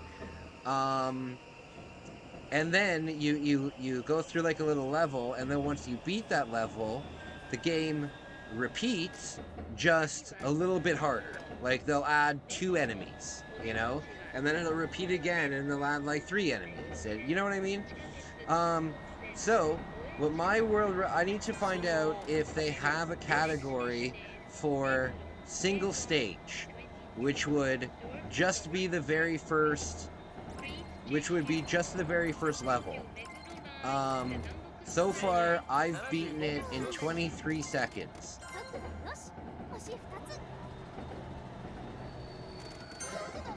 So I'm gonna go for a world record on that. Sarah, don't be rude. Oh, Sarah, you know what? That reminds me. Remember when Mom was alive? She would say, "Don't be rude to things that weren't in any way rude." But by mom saying that, it made it hilarious. Don't be rude. I forgot that little thing about Mom. Don't be rude, Kai. What? I wasn't being rude. What are you talking about? Don't be rude. One time, me and my mom and my dad, like my family, we were driving. My parents were on tour because they were in a band, and we were driving through Detroit, and there was a UPS driver, and the UPS driver was like brown, right? Like his skin color. He was brown. And my mom looks out the window, and the windows were down, right? And she looks over and she says, "Oh, that man's little brown shorts match his skin." And then I remember my dad just immediately putting all the windows up. That's so funny. She thought we were thinking something inappropriate, yeah. Oh, hell yeah, B-A-B-A. Yeah, she says, like, "Oh, this guy's little brown shorts match his skin." And then we all kind of look at her like, what the fuck? Locked doors, windows up. Very funny. One of my favorite things about my mom when she was alive was, my mom would laugh at goofy things, like really goofy things. And my dad is like the complete opposite. My dad, for some reason, thinks that like if he were to laugh at something goofy, my dad thinks that like Sarah, how would I explain it? He's your dad too. Look, that little brown man with his little brown shorts. Yeah. My dad might think something goofy is funny, but if he shows laughter by it, it's almost like he thinks he's showing weakness or something. So when I can get my dad to laugh with my sense of comedy, it's a real breakthrough, because you know that he's laughing inside, but he's different humor. But my mom would always laugh at it, and sometimes we'd be at dinner, or we'd be at just as a family together, and I'd start making a joke, or my sister would start making a joke, and my mom would be laughing, and my dad would just be sitting there. "How are you laughing at this? How are you encouraging this? How are you, you know?"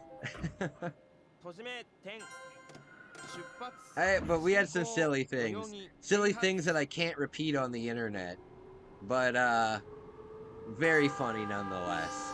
I miss my mom. My favorite memory of my mom, though, my favorite memory ever, was when we were camping.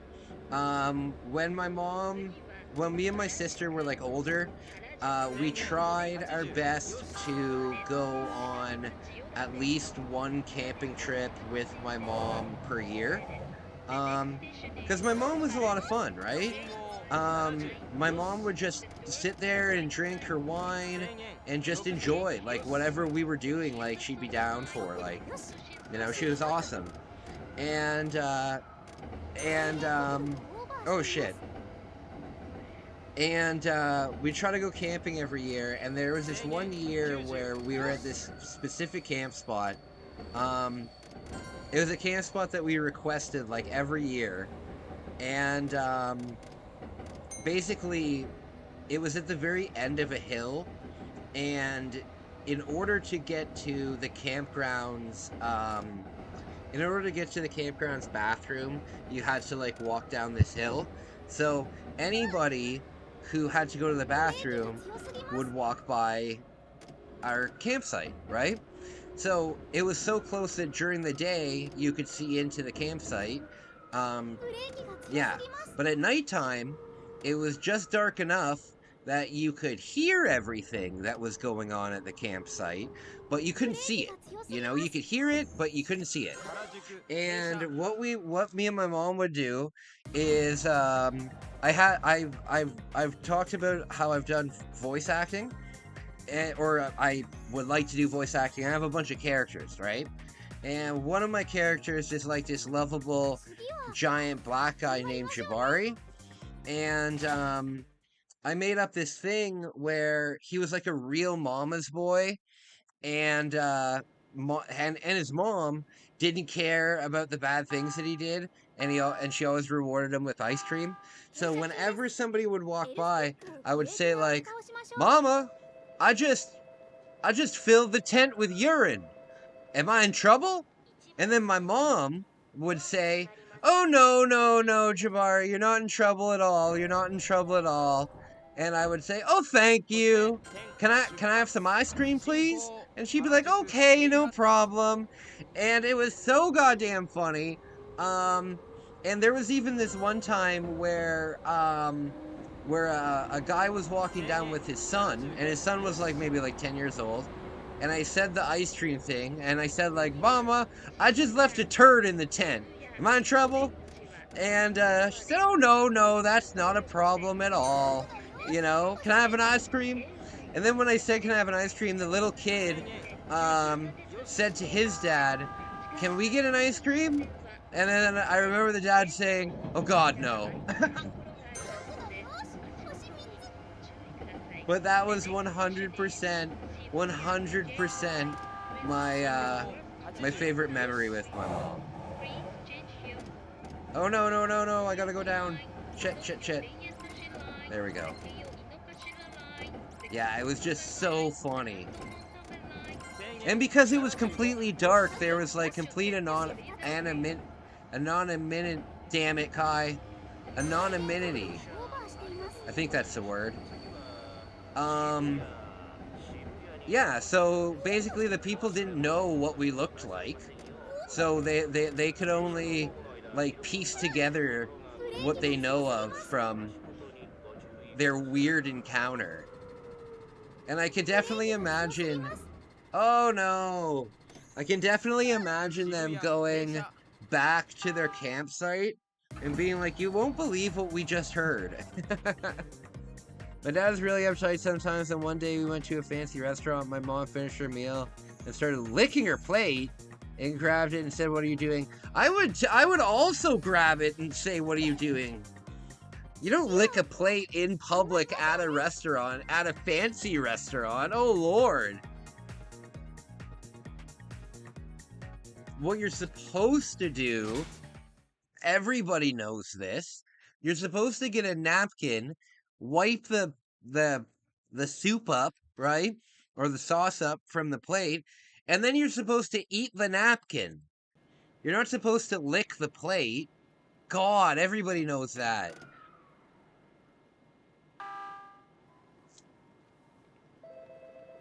All right, my friends. All right, trains. So, some of the train stations in Japan, it's very strange because some of the train stations have like I'm not going to say the word anymore because I don't want the algorithm to screw up, but let's say anti-harm barriers. Let's call them that, anti-harm barriers. So at a lot of the stations, they have these anti-harm barriers where you would either have to like climb over, or they just straight up go, all the way to the ceiling, you know? But then there's some stations that are very popular stations that have nothing there. Not even a bar, nothing. Just a yellow line. Oh, I'm supposed to be going 70, shit. Oh, I gotta get down to 50. Oh, no, 50! Shit. Shit. Oh, God.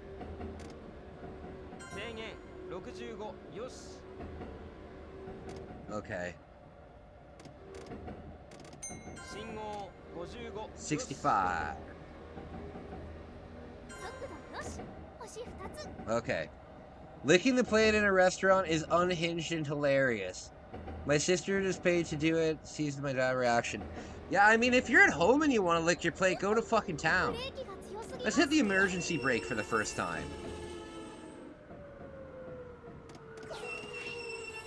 Damn it, I failed that one all out. Yeah, licking your plate, unless you're at like a private booth and definitely you're sure that nobody can see you, licking your plate at a restaurant's crazy.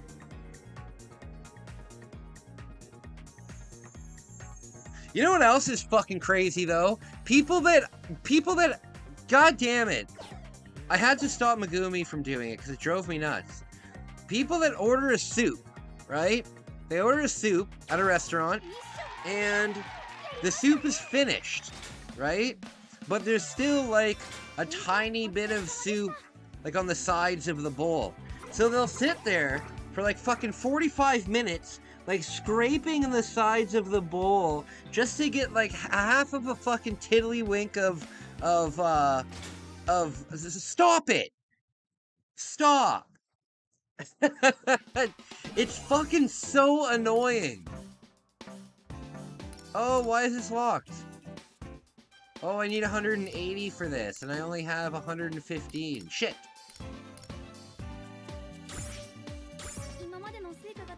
Alright.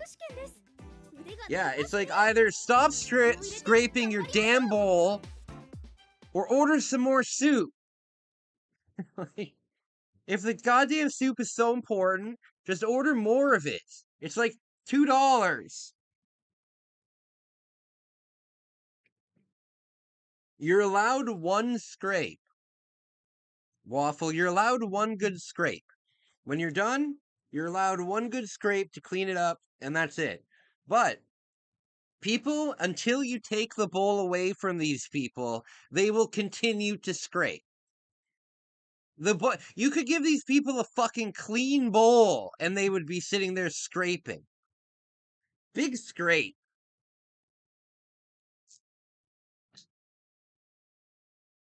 Oopa Loopa!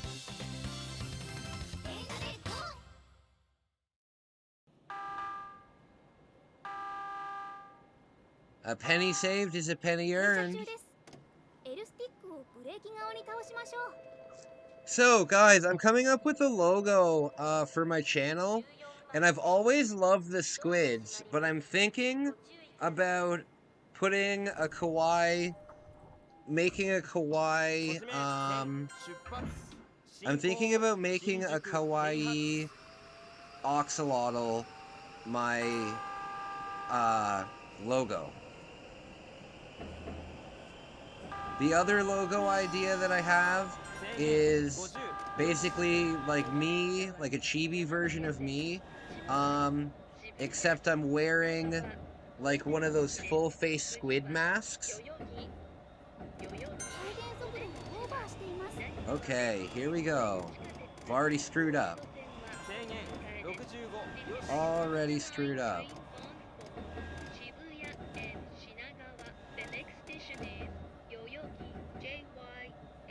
Why would they increase the speed to 65 when you're pulling into the station? Why? Very good idea. Oh, good idea? Awesome. Consider paying someone to make it. Oh, I will, buddy. I will. There's a lot of artists at my new job, and I'll definitely get them. Cause like, look, I'm thinking like something like this guy here. Where is he?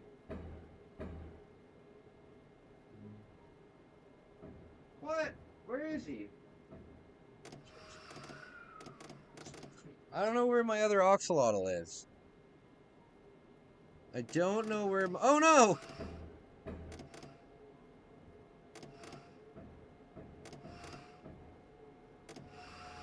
Oh god, I'm late.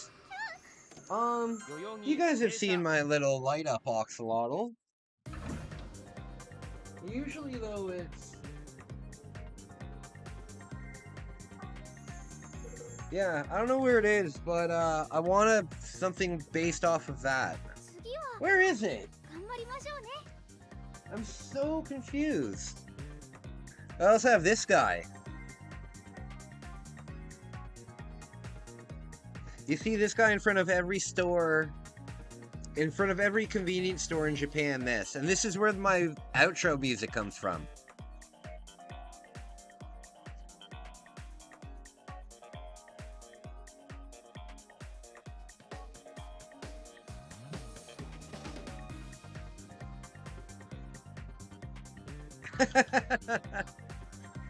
So that's where my outro music comes from. My outro music is actually the music that you hear when you are at a supermarket in Japan. Uh-oh.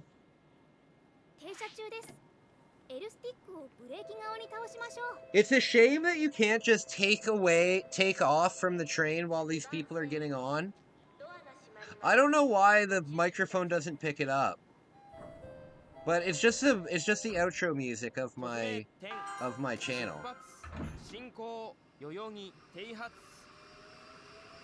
The outro music is a remix though. Alright, we got 3 more hearts, my friends.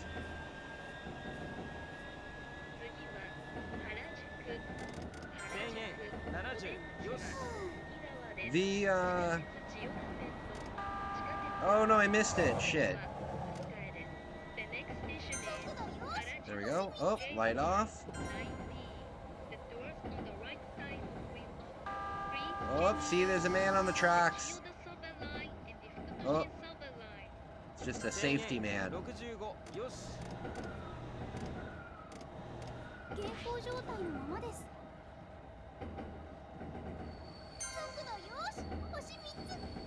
All right. Yeah, this is a really cool game. I hope it starts to rain soon. I want to see what the rain physics are like. Uh-oh. You know what's crazy though? Japan's famous for having fast like the bullet train, right? But even the regular subway trains are unbelievably fast. You know, I would say that, well, it's probably easy to Google, but they're a lot faster than the dinky trains that we have here in Toronto. That was a good stop. The trains that we have here in Toronto, yeah, they're not super fast by any means. I mean, if you were to go to Wilson Station, which is like on the outskirts of the city, and take the train in, you're looking at like 45 minutes to an hour to get like downtown. So the train's not necessarily super fast, but in Japan, you could get all the way across Tokyo in probably like 2 hours. And you have to remember that Tokyo, the city, is larger than Delaware, the state. So think about that for a second. The entire city is bigger than an entire state in the United States. So it's crazy it's crazy. And some of the trains are like express trains, so they only stop at like the main stations, Akihabara, Shibuya, places like that. And they are also unbelievably fast. They are also unbelievably fast. Oh, guys, that silly video that I made now has 500,000 views. 500,000 views. Something that I made has been viewed 500,000 times. That's ridiculous. My whole channel has like 2 million views total, and a quarter of that is one video. That is crazy.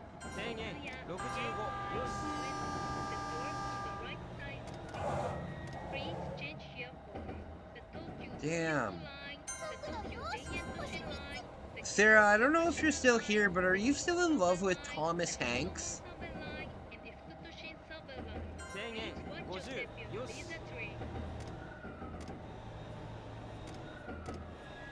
My sister's always had 2 big crushes in her life. Gene Simmons and Paul Stanley. But especially Gene Simmons.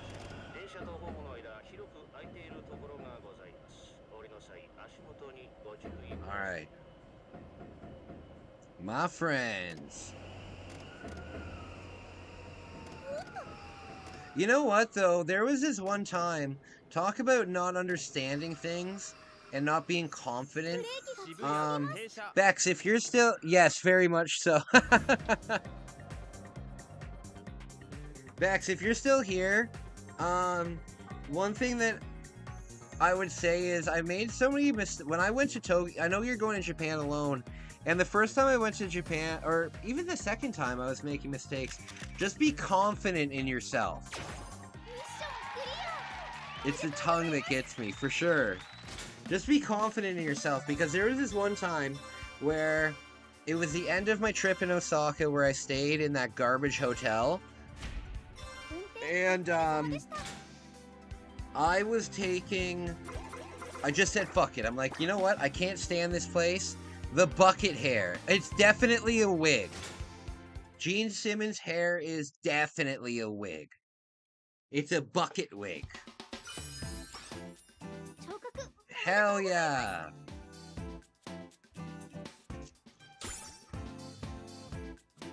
Alright, now we can move on. So when I played, I only played until like the third one. So there's a lot of this game that I haven't seen. And, I just straight up don't remember it. You know? Because unfortunately, the way that my memory works now,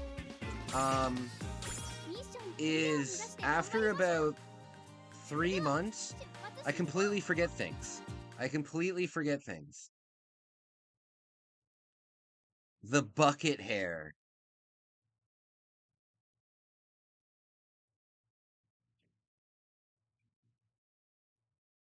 Alright.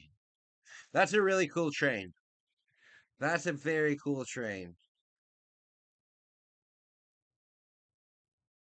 My friends, love hanging out with you guys. Oh, check this out. Sarah, what do you think of this?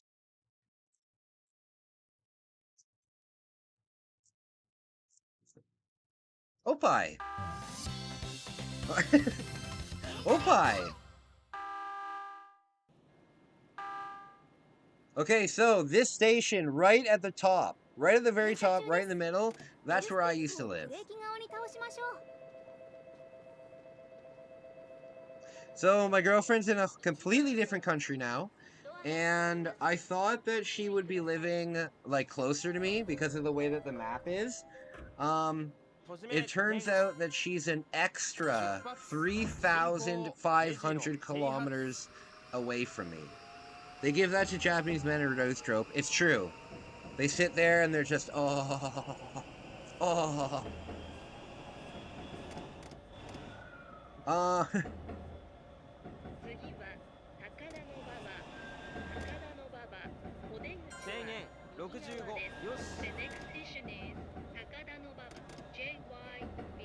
Yeah, so she's living in a new country now, so now, my long-distance relationship has turned into a 13,500 kilometer difference. That is incredible. And I think that goes to show you, what's possible, I guess, with love? I don't know.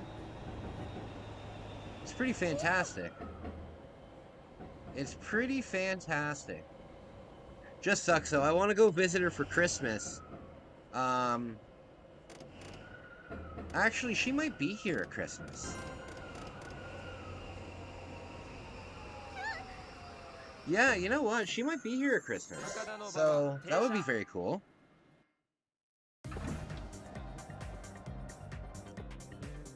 However, when she moves here, I want to move out of the GTA.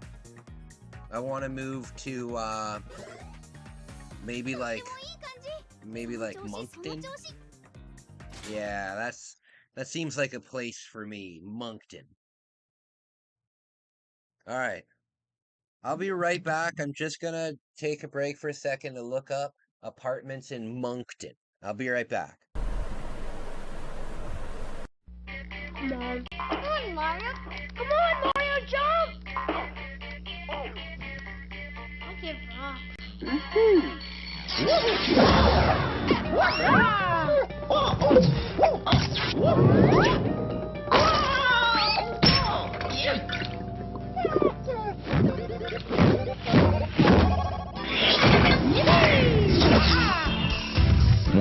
grow? The calcium in milk helps bones grow. Okie dokie. It's all in the head. The head moves. In the body. Wicked! The process. Guide with your arm. Not bad. But you gotta work on your follow-through. Ready for a tongue lashing? Yoshi's loose with juicier levels, tastier moves, and tripping with attitude. Yoshi's Story, for the first time on N64. I think you're getting the hang of it. Payday, Mitch. I'm proud of you. With this, you join the American workforce. A rare breed of determined and dedicated... Quit. Now $129.95 gets you an N64 and a second atomic purple color controller free.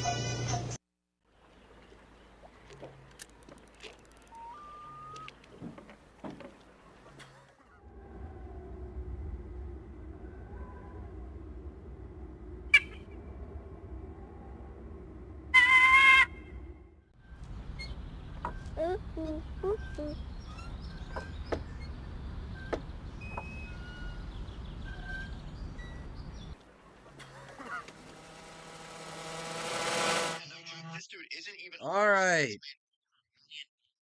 my friends. Moncton, that place is ghetto, right? I've heard of it from Trailer Park Boys. That's exactly what I was referencing. I'm moving to Moncton. Yeah. No, Moncton's not a nice area. I want to go to Halifax. I want to go to Halifax and live by the ocean. It's much cheaper there compared to living in Ontario. And because I'm on disability, I can go anywhere in Canada. You know, as long as I'm in Canada, I still get my disability and stuff like that.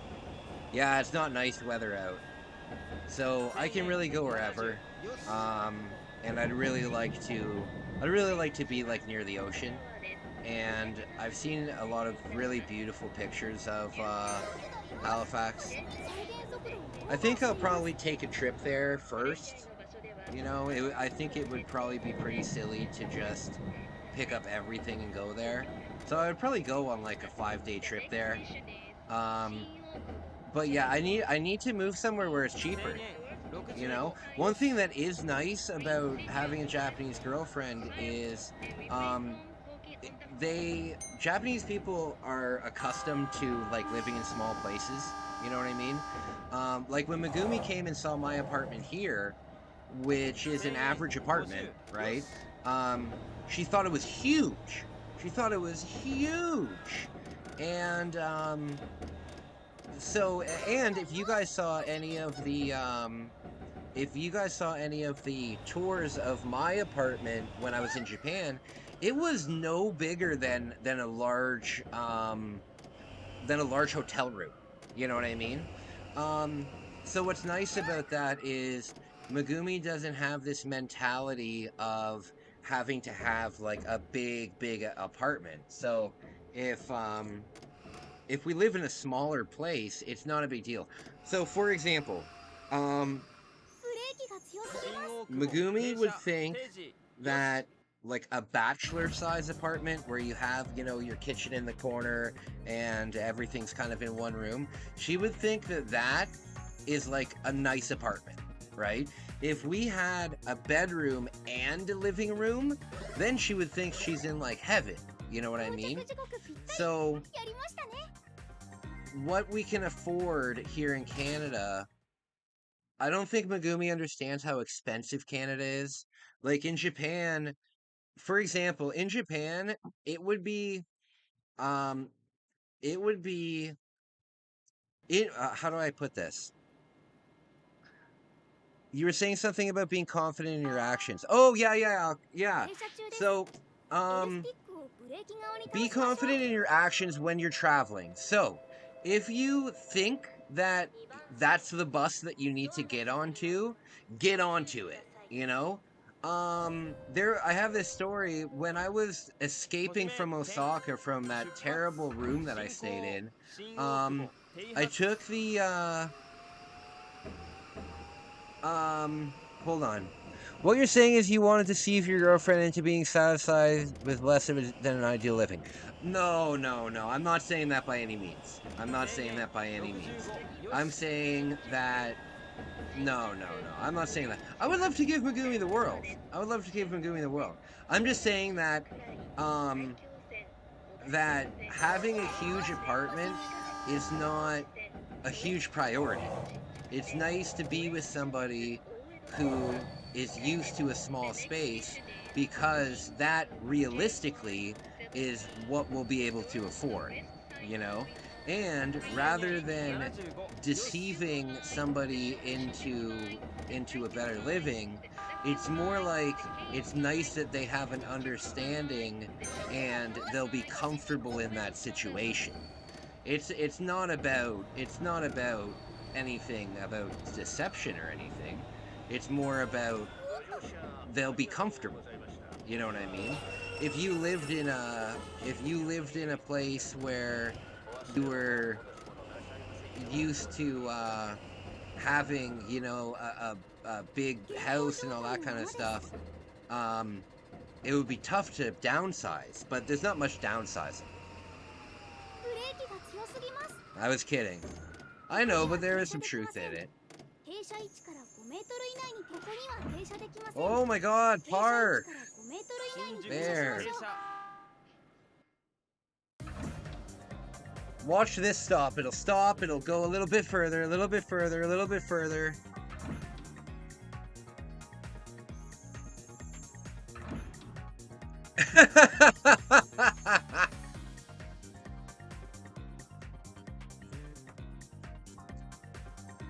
Oh, I have something that I wanted to let you guys know. I think that I'm going to look into how to do professional piercing. How to do professional piercing. That would be very cool. You know, in Japan, when it comes to piercing, Megumi comes up to me, right? And she says, "Can you pierce my ear?" And I looked at her and I said, "No, what do you mean can I pierce your ear? I don't have a license to do that." Because here in Canada, you have to have a license to do that. You have to go through like a course. Because piercings and tattoos in Canada are considered like healthcare. You know what I mean? Not healthcare like they're curing you, but they're considered like a medical procedure. That's a better way to say it. Getting a piercing is a medical procedure, and because it's a medical procedure, you have to get sure I can. Because it's a medical procedure, you have to have special training. So when Megumi asked me, "Can I pierce her ear?" I looked at her like, "No, obviously I can't pierce your ear. I'm not a professional." And then we were at the Don Quixote, and they sell these tiny one-time use piercing guns. And Megumi picks one up, and she says, "You can do it for me at home." And I said, "I'm not fucking using that on you. Are you crazy?" And, oh, we're getting close to my house. I said, "I'm not doing that to you. Are you crazy? It's so dangerous." And I had to, like, sit her down and explain to her why using a $4 piercing gun is not safe. Like, she was astonished by this. She was astonished by this revelation. And another thing that she did too. Bex, I keep forgetting about what I was saying. Be confident with your travels, because there was a time when I was escaping Osaka. I was at Osaka Station, and Osaka Station is so big that there's Osaka Station, and then there's Shin Osaka Station. And Shin Osaka Station is the very next stop, and it's where all of the Shinkansens take off from. So, in Osaka, you buy a Shinkansen ticket at one station, and then you take the train to that station, to another station, and then you get on the train. I didn't fucking know this at all. So, I was on the train, and it said, "Get on at Shin Osaka." So I thought I was already on it, and then I saw that we were getting off at Shinosaka, and I didn't do anything about it. And because I was like, I need to get off here, I need to get off here, but for some reason I was like, no, I'm not confident in it. I'm just gonna stay on the train. And that train ended up taking me all the way to Nagoya, which is not near Tokyo. I mean, it's on the way to Tokyo, but it's not fucking near Tokyo. And I got incredibly lucky because the people on the bus, like when I got off, because I fell asleep, and when I got off, they actually got me onto another. They let me use the Shinkansen ticket that I had for a different train, you know? David, you should think about getting into accounting considering how good you are with numbers. That would be good. But I don't think that I have the... Because of my memory issues, Sarah, I don't think that... You know what? That's not a bad idea, but it's something that I would have to go to school for again, and I'm not going to school again. I've been to fucking college or university 3 times. Like, school just... I can't do it. I just can't do it anymore. It's too much. I am very good with numbers, though. Is your middle name David? No, me and my sister just have this inside joke where we call each other David. So I call her David, and she calls me David. But no, it's not a middle name. It's just an inside joke that's been going on for like 20 years. It confuses anybody who doesn't know us. But yes, I call my sister David.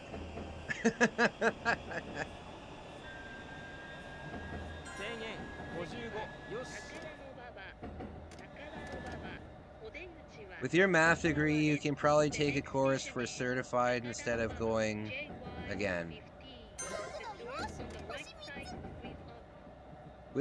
Hold on, I'm a little confused. With your math degree, you can probably take a course for a certificate instead of going to school again.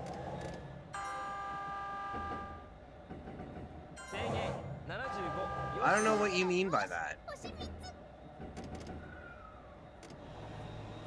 I don't think just because I have something from math, I don't think that's like eligibility for, I don't think that's eligibility, you know, because I studied mathematical science.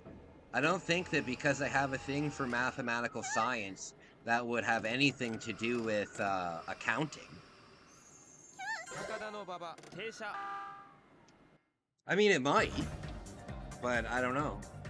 Sarah, you're probably the smartest person when it comes to that because you're the smartest girl that I know. Would my mathematical science thing have anything to do with accounting?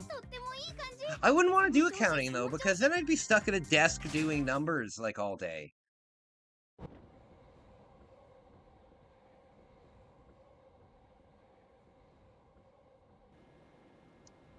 I do love math though. One thing that I could do, but I just have I just don't have the patience to do it, is I could be a tutor, you know? Got a degree in mathematical science but can't compete. Okay, first of all, it's not a degree. It's not a degree. If it was a degree, I would be like a professor in a university. It's not a degree. I completed mathematical science, and I did very well in it. It was actually the only thing that I ever finished on the honor roll. But it wasn't a degree, it was like a certificate. But what I could do with it, is I could tutor math. Because I can tutor all the way up to, like, university level.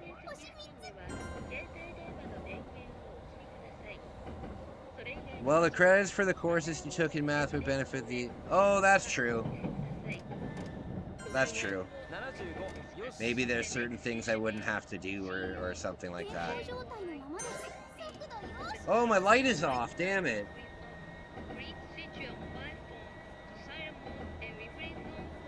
Yeah, I could be a tutor, and I could do that. I just don't have the patience.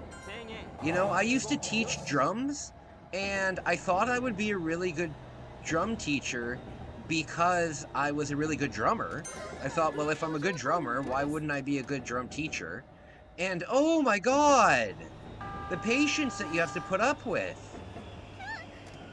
Mind you, the person I was teaching was a hooligan. Let's just say that. I don't know any math. I couldn't pay attention. I was smart, but I couldn't focus. I actually learned math. I actually only got good at math, at the end of the end of high school. The reason why I got good at math, honestly, was for two reasons. One, because I was a dealer, and there was a lot of math when it came to dealing. And two, I just loved sports. You know, one of my favorite things about sports are stats, you know? I love looking at a player's, not just the small stats you get, but the extended stats. I love stats. For example, if there was a little league team that wanted an assistant coach that would literally only sit in the bleachers with a stat chart filling everything out, I would volunteer and I would be happy to do that, you know? So, the reason I got into math was more when I was an adult, and it was a lot of sports calculations and stuff like that. You know what's weird though, and here's a little conspiracy for you. Out of all of the things that you learn in high school math, they never teach you the laws of probability in high school. They never teach you the laws of probability, and if you were taught the laws of probability, you would understand the lottery more.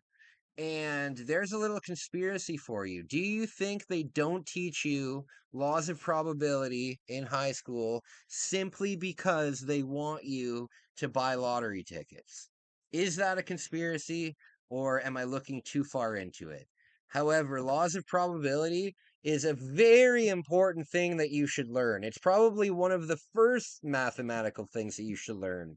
I mean, it's the one calculation that affects every single thing in your life. I'll be right back, guys. I gotta take a pee. I gotta go pee, guys. Oh, no. Mom. Come on, Mario. Come on, Mario, jump! I'll give up.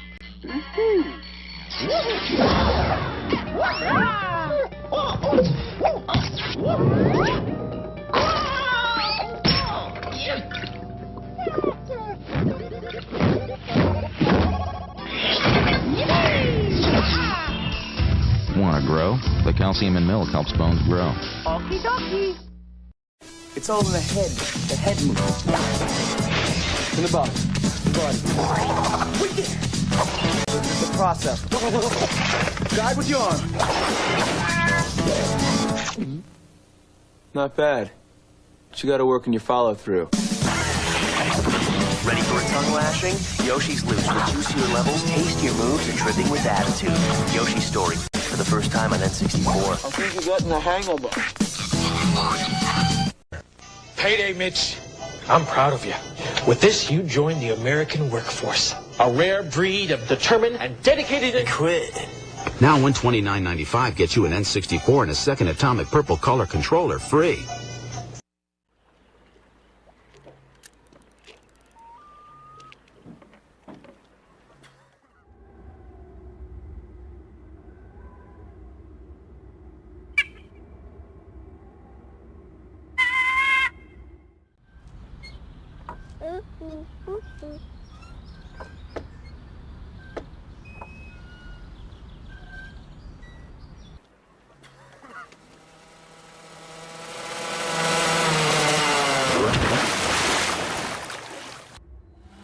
Excite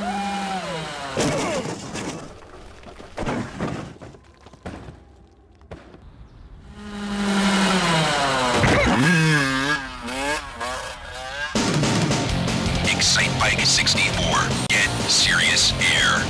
Rated E for everyone.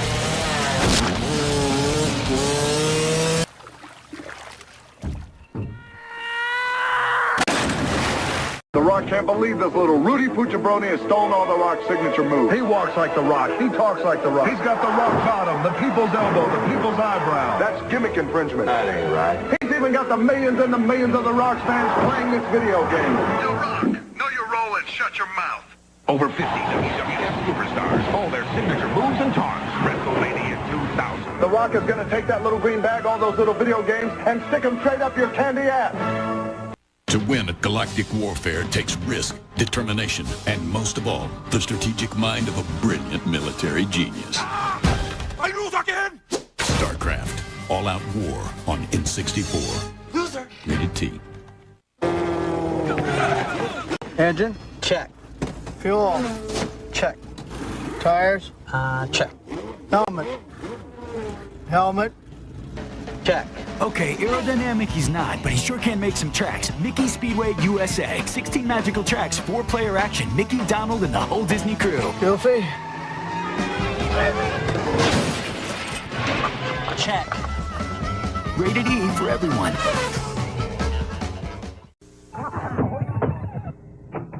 Yeah. We're getting calls about a wild party over here. Know anything about it? I didn't think so. Which one of you jokers goes by the name Mario? It's me. Could you step outside, please? Welcome to Mario Party, where you and 3 friends battle it out all night long. With 6 adventure boards and 50 mini games, this party's just getting going. Mario Party, only on Nintendo 64. But it's me, Mario. Yeah, tell it to the... Tell it to the judge, Mario, you bastard. Okay, so guys, I've got some good news. Tonight my sister will be joining us for the very first time on live. That will be very cool. Please be appropriate. Yeah, my sister will be joining us on live, and we will be playing one of the Mario parties. I'm not too sure which one. Probably not 3, probably 2.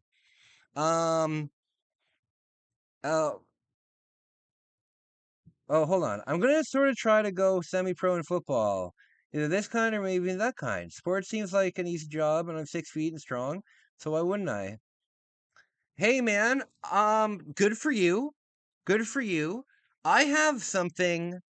Now, this is just an idea, and you can take it for whatever you want. But if you're over 6 foot tall, you're a big guy. Have you ever thought of being a wrestler? Have you ever thought of pro wrestling? Because you can make some damn good money in pro wrestling. And, yeah. Actually, you know what, guys? I've talked about it in my vlogs before. I only have one dream left. I am lucky enough that I have accomplished essentially all my dreams. One of my dreams is to be a father and to be a husband, and we'll see when that happens. But one of my dreams that I have control of is what the hell's the problem?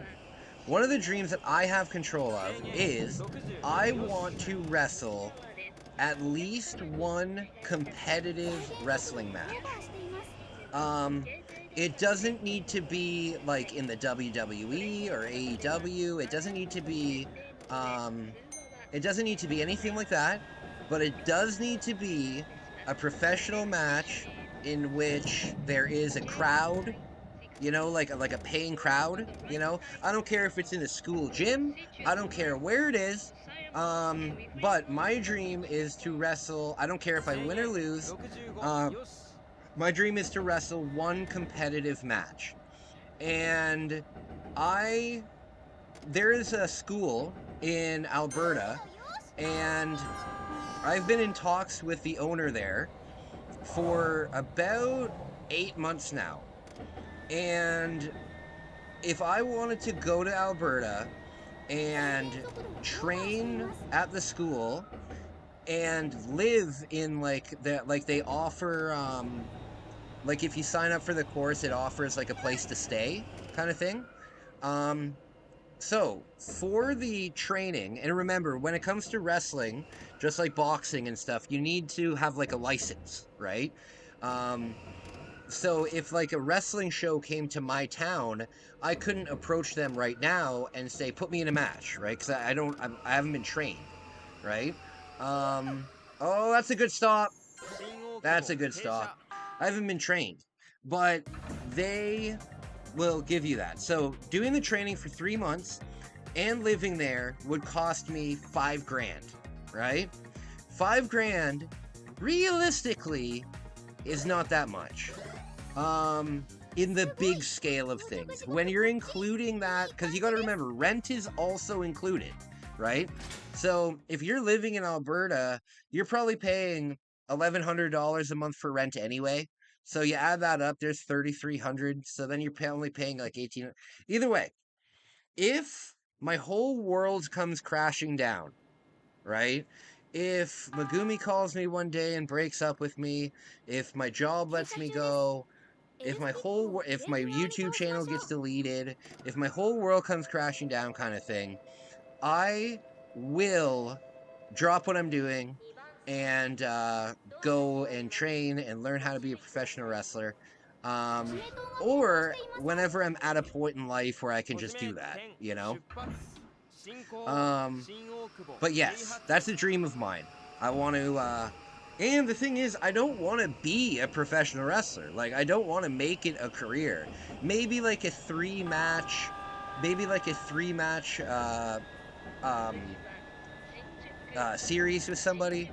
But I don't want to be a pro wrestler. It's just, I've been a wrestling fan for so long, ever since I was a little kid. And I've just always wanted to do it, but I've always wanted to do it properly, you know? Also, I don't know whether I would be... I like your big balls? Oh my. Are they chocolatey and salty? Yeah, I would love to do that. I would love to do that. And one day I will do that. And the thing is, right, like, I'm 33, and when I contacted this trainer, I told him, I said, well, listen, like, I'm 33 years old, and I know that professional wrestlers, they start when they're, like, 15, 16 years old. And he said, you know what, big wrestlers like Kevin Nash and DDP and all of these, and like he named some other people, they all started in their 30s and they became world champions and the biggest in their industry, you know? So that was pretty cool. All right, here we go. Here's a good stop. Here's a good stop. Here's a good stop. Damn it. So my sister's coming over tonight. My sister's coming over tonight and we are going to be playing Mario Party. Hell yeah. But that being said, I have to make dinner tonight. And I have to go get dinner tonight. So, I'm gonna end this stream at 5 p.m. My sister's gonna come over at 6. Gives me enough time to run over to the grocery store and get some stuff for dinner. So, I'm gonna do that. But we're gonna play until 5. We're gonna play until 5.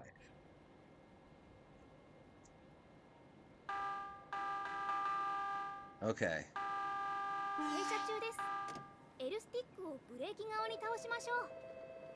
Alright. Love hanging out with you guys. Close the doors! There we go.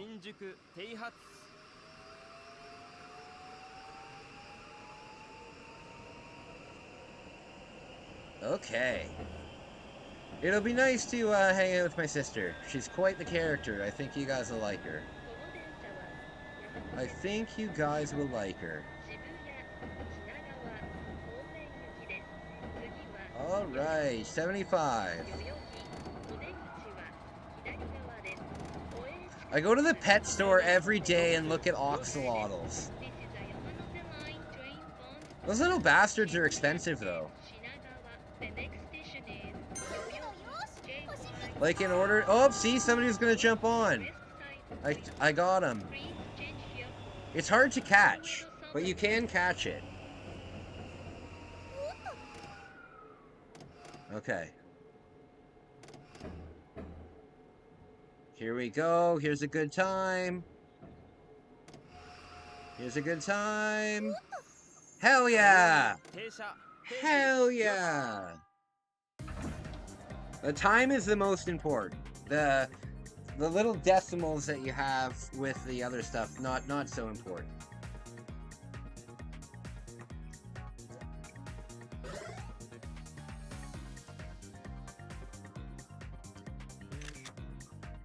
Okay.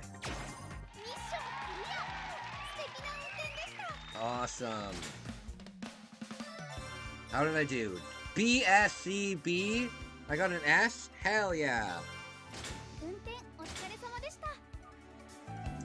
Man, when I was staying in that 0-star hotel, again, it wasn't a hotel. It wasn't a hotel. It was a shelter for homeless people, essentially. When I stayed there, the typhoon happened, and my window was definitely not, like, weather tight at all. And there was so much water in my room that there wasn't a mattress. It was just a foam pad on the floor, and the foam pad just absorbed everything like a giant sponge. God damn it, it was awful. Yeah, that was awful. God, I'm so worried about work tomorrow. You know, because of my memory issue, I honestly don't remember working, right? Like my last job I worked there for 4 years. I don't remember it, right? Um, so I'm very worried about work tomorrow because I'm so used to being able to do, like, I don't want to say do whatever I want, because I can't by any means do that, but I can live life on my own terms right now, you know? I don't know, it's gonna be weird. It's gonna be weird. I'm excited about it, though. I am excited about it. You know what sucks, though? It is within walking distance of my house. However, it's all the way up a hill. A steep hill. So that sucks. Especially during the winter, that's gonna suck. Oh wait, no, I won't be there during the winter. It's a summer job. Yeah, you know what? Knowing that it's just a summer job takes away a lot of pressure. Because, like, I don't need to worry about, I don't have to worry about having to, you know, give in what's the matter? What's the problem? Oh, for fuck's sake.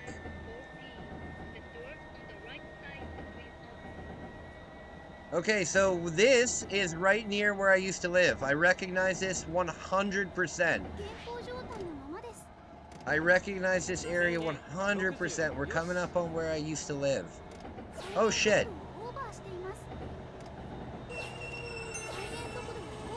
Oh, no.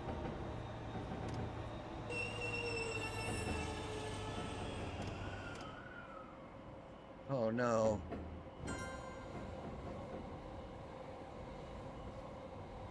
Okay.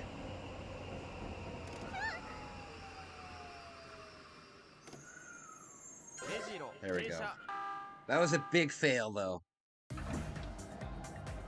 If you underperform, you will bring great dishonor among your clan, Kelly-san. Oh, buddy, my sister's gonna kick my ass in Mario Party. My sister guaranteed will win. Guaranteed. I think we'll play Mario Party 2, because Mario Party 2 has a theme, doesn't it? Mario Party 1 is just brutal. Oh, I'm going away from where I live.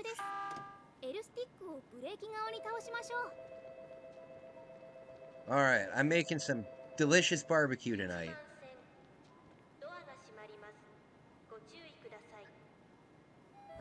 I meant at work. Oh! At work. Well, I don't think I'll underperform because, you know what, it's just a retail store. You know? The only thing is, like, what's the problem? Oh, for God's sake. The only problem is I don't want to say I have social anxiety, but I don't know. I just can't deal with a lot of people. You know, at my old job, if I couldn't deal with people, I could just call someone over and say, hey, you deal with it. But now I'll have to deal with it. Like, in the interview, I was told that there'll be times where, like, I'm the only person in the store. Like, the store is 100% on my shoulders kind of thing. And it's like, that shit's scary.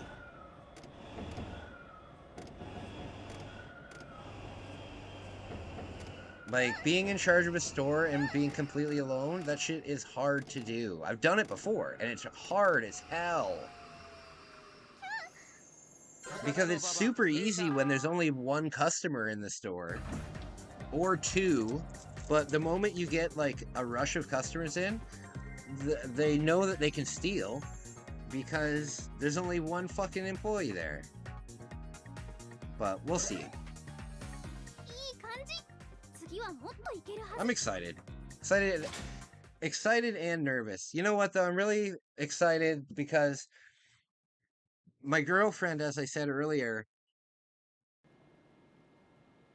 when I met my girlfriend, I met her during my break.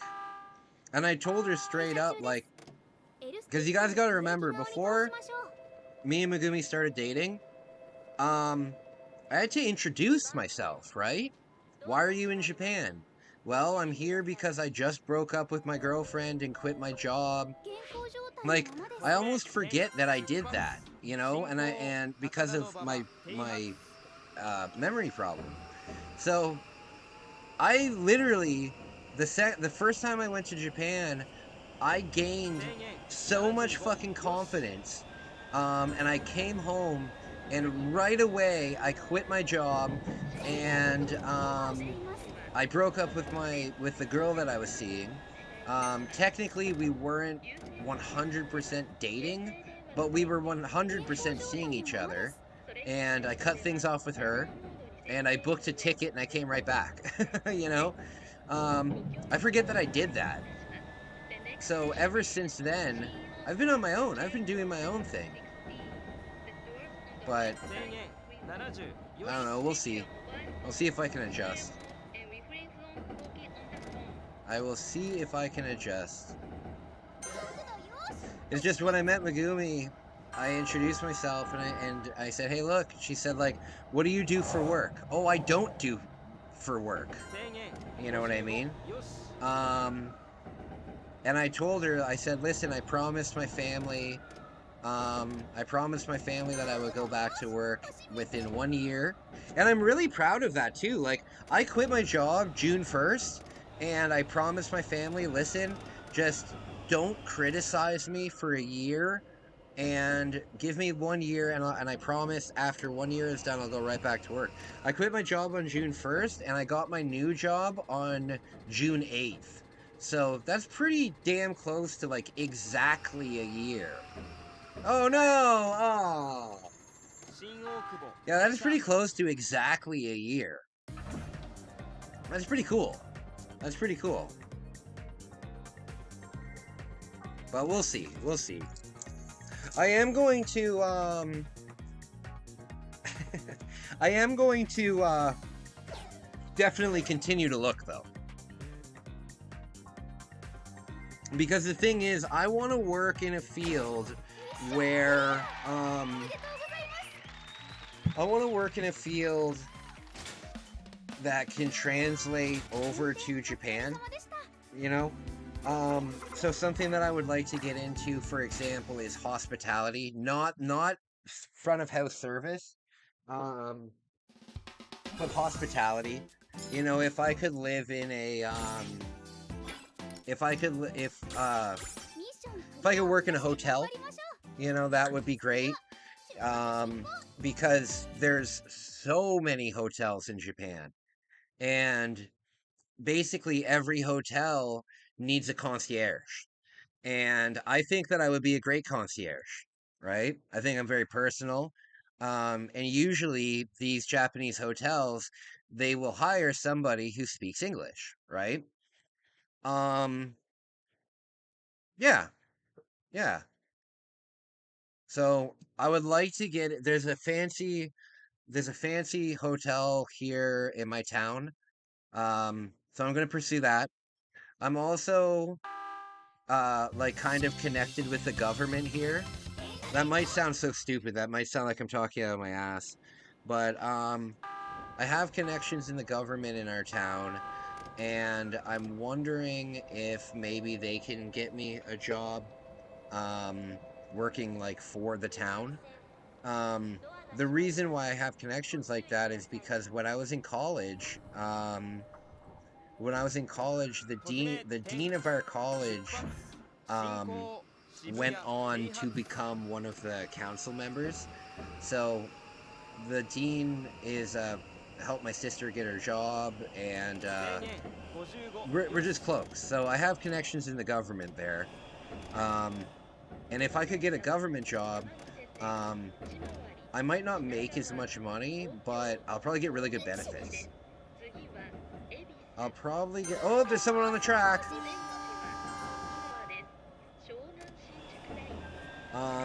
Yeah, so I'll continue to try. But to be honest with you, I'm just working until my next big trip. You know? I'm just working until my next big trip. When I... because I don't know yet whether me and Megumi are going to settle down. You know? And what I want to make my life about is... travel. You know? So what I'm planning on doing is working and adding $10,000 to... Oh shit. I'm thinking of adding $10,000 to my savings. And then after I've added that $10,000, go out and spend it. You know? And by that I mean take that 10 grand and go on a trip. So, I don't know whether my next trip... I don't know. Well, my next trip is New York. That's the next trip that is for sure. But I do want to go on a big trip. One of the big trips that I want to go on is to Antarctica. Or the North Pole up here in Canada. I really want to see the glaciers. I really want to see the ice. I really want to see that kind of stuff. So... until Megumi is like, okay, this is where I want to live, this is where I want to stay, then my brain is only in travel mode. It's only in travel mode. Because as I've said, like, a lot of people, they save their money. Everybody saves their money for different things. Whether it's because they want to buy a car, whether it's because they want to buy a house or anything like that. Here in Canada, I cannot think about buying a house. My sister, who is incredibly successful, can barely think about buying a house. It's ludicrously impossible for people my age to buy a house. So it's just out of the question. Come to Churchill with me, the town of polar bears. Is that in Canada? Churchill? Sounds like it's in Britain.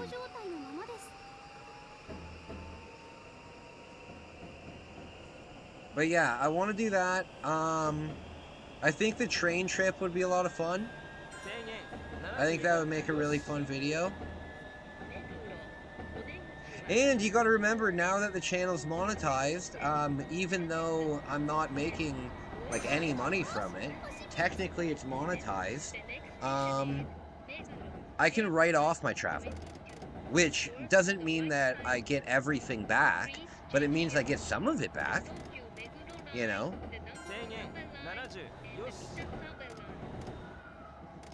Manitoba.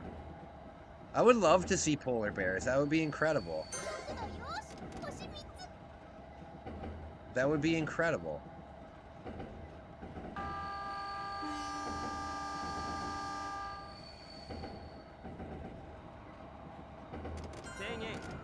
Oh shit. Yeah, until Megumi's like, this is where I want to stay, and this is where I want to live, and we're, damn it! And we're sure that we're gonna be there for like more than 2 years, then travel. If anything were to happen where me and Megumi were to like break up or anything, travel. You know, just travel, travel, travel.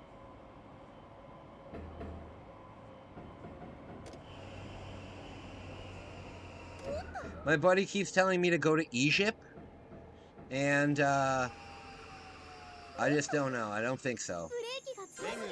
Go see the pyramids and stuff. There's a couple places in the United States that I'd like to go though. Like I'd like to go to Montana. I'd like to go to Texas. I wouldn't mind going to Minnesota. I wouldn't mind going to yeah, I wouldn't mind going to Minnesota. I wouldn't mind going to New Orleans. Yeah. Got the world at my fingertips. And that's what's great about having the summer job, because you don't have a commitment for September, right? So what I can do is I can just plan. Yeah, I love travel, if you guys can't tell. Egypt is a dream vacation, but can't go alone with a woman? Yeah, I can imagine. I can imagine. I don't know if I like Egypt, though. It's full of sand. And I don't like sand. It's coarse, and it gets everywhere.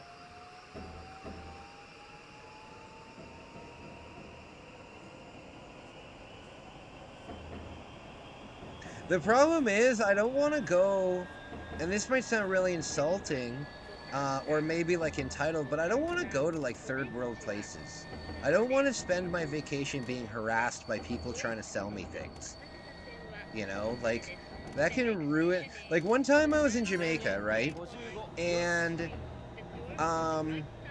one time I was in Jamaica, and we were walking in town, and this guy, like, pulls me into his shop. He's like, come buy something, come buy something, and I'm like, look, I don't want to fucking buy anything, okay? And he pressures me and pressures me and pressures me, and then he finally says, okay, I know you don't want to buy anything, so I'll give you something for free. And he put this little bracelet on my wrist, and he said, you can have this. And I said, okay. And then he demanded that I give him 50 American dollars, and I said, no, you can have it back. And he said, no, I'm not taking it back. And then I left the store, and he followed me for like 3 blocks, and I'm telling you, for like 2 days, I felt like the stupidest person on earth, you know? If you guys have ever been on vacation to like a place where there's a beach, you guys know that you'll be lying there with your junk all exposed, and some guy will come up and try and sell you a bracelet made of like pearls, right? I can't handle it. I want to go to places that are first world where I don't need to deal with that. However, a first world place that I did go that is rampant with that is Rome. Oh my lord. I will never go back to Rome ever in my life. Every single block would have like 5 or 6 different people trying to scam you in Rome. It was terrible. One time in Rome, me and my girlfriend at the time were eating at like one of those like picturesque cafes, you know, with the patio outside and like the umbrellas and everything like that. And this fucking guy who was selling scarves comes up and puts one of his scarves on my girlfriend, and then demanded that she buy it, and wouldn't accept it when she like took it off and like gave it back to him and said like, I don't want this, you know?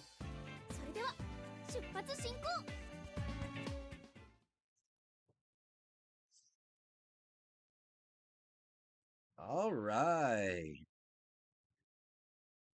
All right, so one more train ride, and then I've got to get going. I got to prepare for dinner and game night. But I think you guys will enjoy my sister. She's very funny. If you guys think I'm funny, she's much more funny than I am. Okay.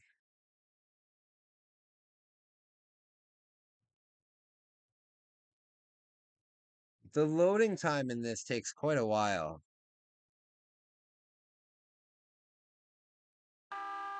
Okay. Oh, it's raining, finally! We can use the wipers! We can use the wiper!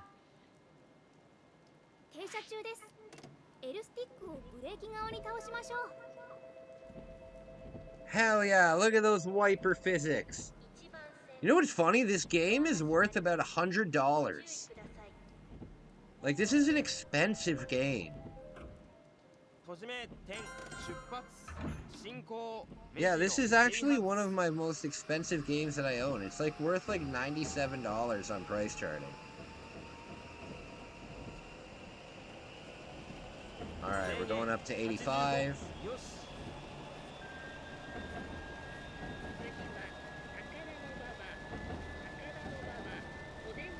Okay.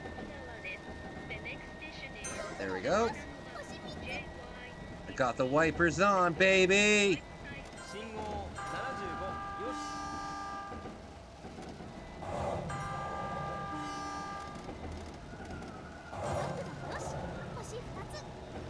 Okay. All right.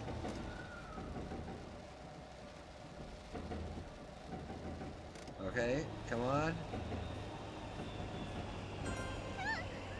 Come on! Damn it! I've still not stopped? Damn it! Shit!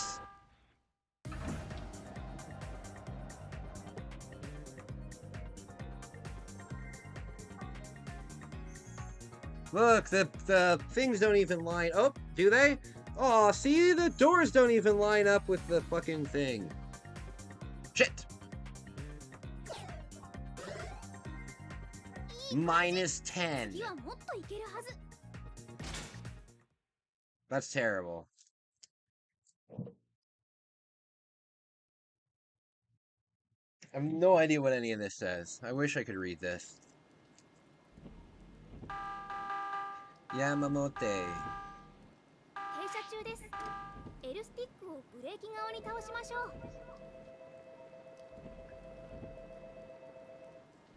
All right.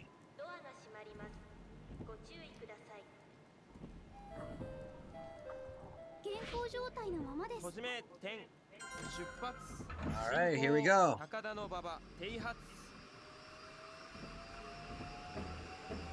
There's so many places that I don't understand why people travel to, you know? For example, Mexico is on a list in Canada of, like, places. If you go on our Canadian website, canada.ca, there's a ton of places where Canada says, do not travel, it's way too dangerous. I know that, what's it called, is way up there. Mexico is way up there. When I was younger, like when I was, maybe like when I was between 5 and 15, Mexico was like the destination. Even I went to Mexico when I was young. But super dangerous now. Super dangerous.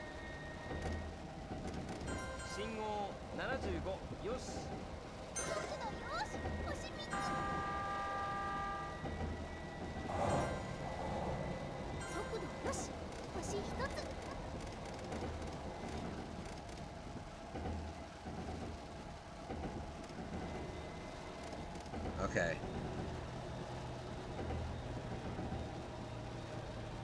Man, these train operators being able to get this perfect every time is crazy. You know, I would think that the trains would be all automatic. Like I would think that a train, with the technology that we have now, I would think that a train would be completely autonomous of any kind of driver. You know what I mean? Because it's literally just something that goes on a fixed track from point A to point B. You know? Like, you don't need a driver. With the sensors that we have and self-driving cars and stuff like that, I cannot imagine that a train conductor will be a job for very long. I mean, think about it. Like, what a useless job. Driving a train. I imagine that one day a train will be the same as like an elevator. You know what I mean? Just something that works. You don't need anybody for it. It just works.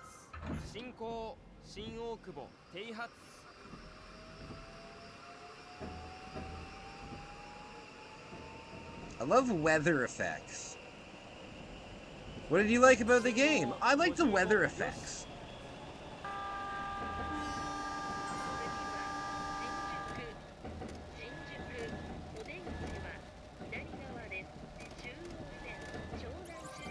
There we go.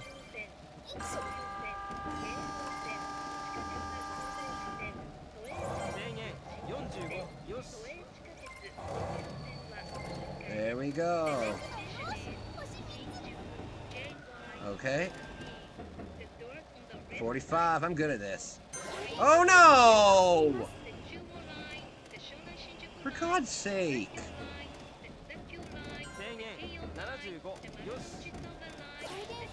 Damn it!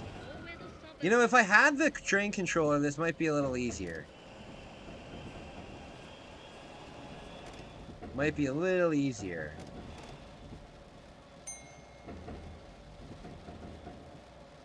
Okay.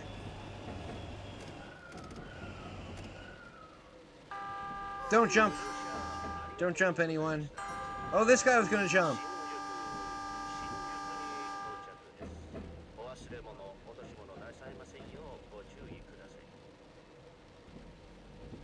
That was scary. Oh my god, I just remembered I had a dream last night. Oh, it's just coming back to me right now. What was this dream? Oh, a dream all of a sudden is coming back to me. Very cool.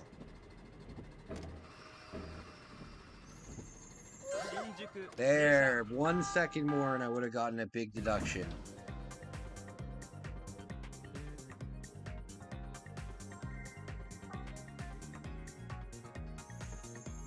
I like how everybody's on their phone. Everybody. They didn't even make one single character not on their phone.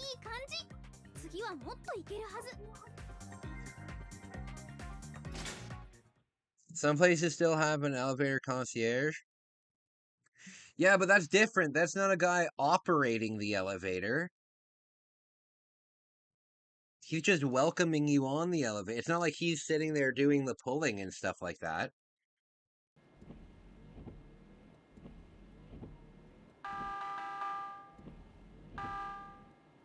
I love this little character. I love it.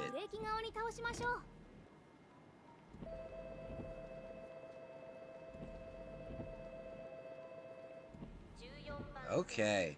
Oh, by the way, I tried my very best last night to set up the live stream so I can watch something like on YouTube, and I can't figure out how to get the audio right. So, I can't figure out how to send the audio from the web capture. I don't know how to control that, and it just reverb, like you hear it in the mic, like in my speaking mic, and it reverberates. It's awful. I'm gonna look up like a YouTube tutorial on it, because I don't know how to do it. I spent a good hour trying to do it, and I couldn't figure it out. I want to watch like Doomsday Preppers on stream. I want to watch Darman on stream. Darman's the goddamn funniest thing you've ever seen in your life. There's a lot of things that I want to watch on stream, but I don't know how to set it up. I'm sure though that there's a tutorial on YouTube. Oh no, my time. Okay, here we go. Oh, come on. There we go. I think I'm doing pretty good. What I want is snow. I want to drive right through the snow.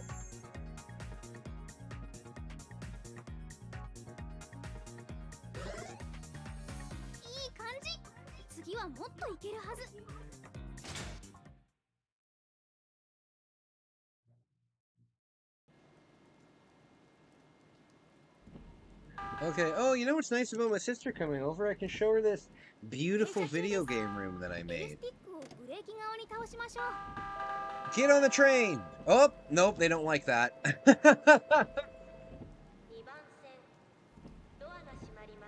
I got broken hearts there.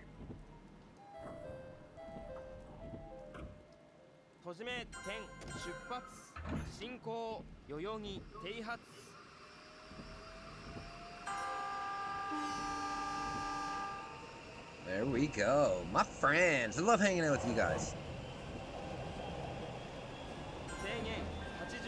Oh, you know what? I'll show you an update on where the tracker is in the ocean. The air tag. We'll see if it's moved at all. Last time we checked, it's stuck underneath a dock. It's stuck underneath a dock in the shipyard. Oh, I'm getting all the points here. Oh shit, shit, shit, shit! Damn it. Damn, I was doing really good there. When you play this game at the arcade in Japan, it's like a huge sit-in cabinet. And it's basically a replica of the train conductor area. There we go. Okay, 50. See, somebody's gonna jump. There we go. Okay.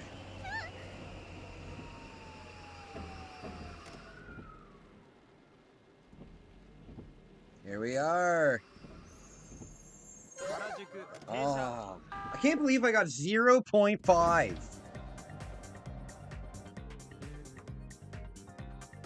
That'll be the best that I ever get. I will never ever in my life come close to 0.5 centimeters. I mean, that was a really good stop and it was over 100 centimeters off. Yay! Kai, I think your short views are getting view-botted. Why? Why would somebody else view-bot my stuff?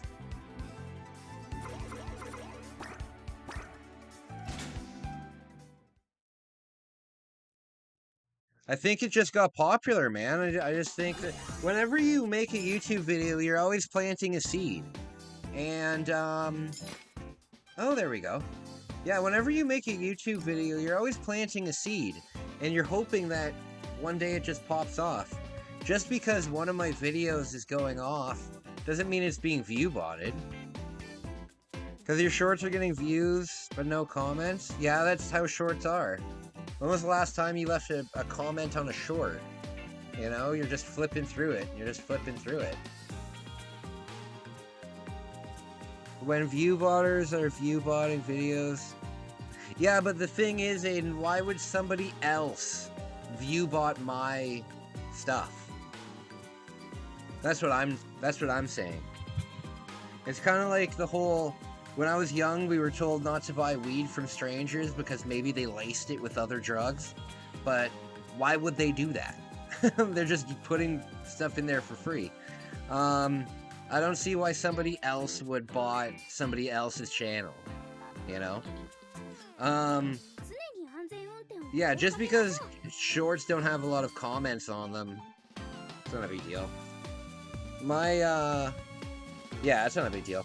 Either way, guys, thank you for... Sorry about that, I pressed the wrong button. Thank you for watching. I am going to come back in about 1 hour, and, I will be live streaming with my sister. It'll be very fun, and I'm looking forward to that, and, I will see you guys after dinner. So, remember, keep watching the skies!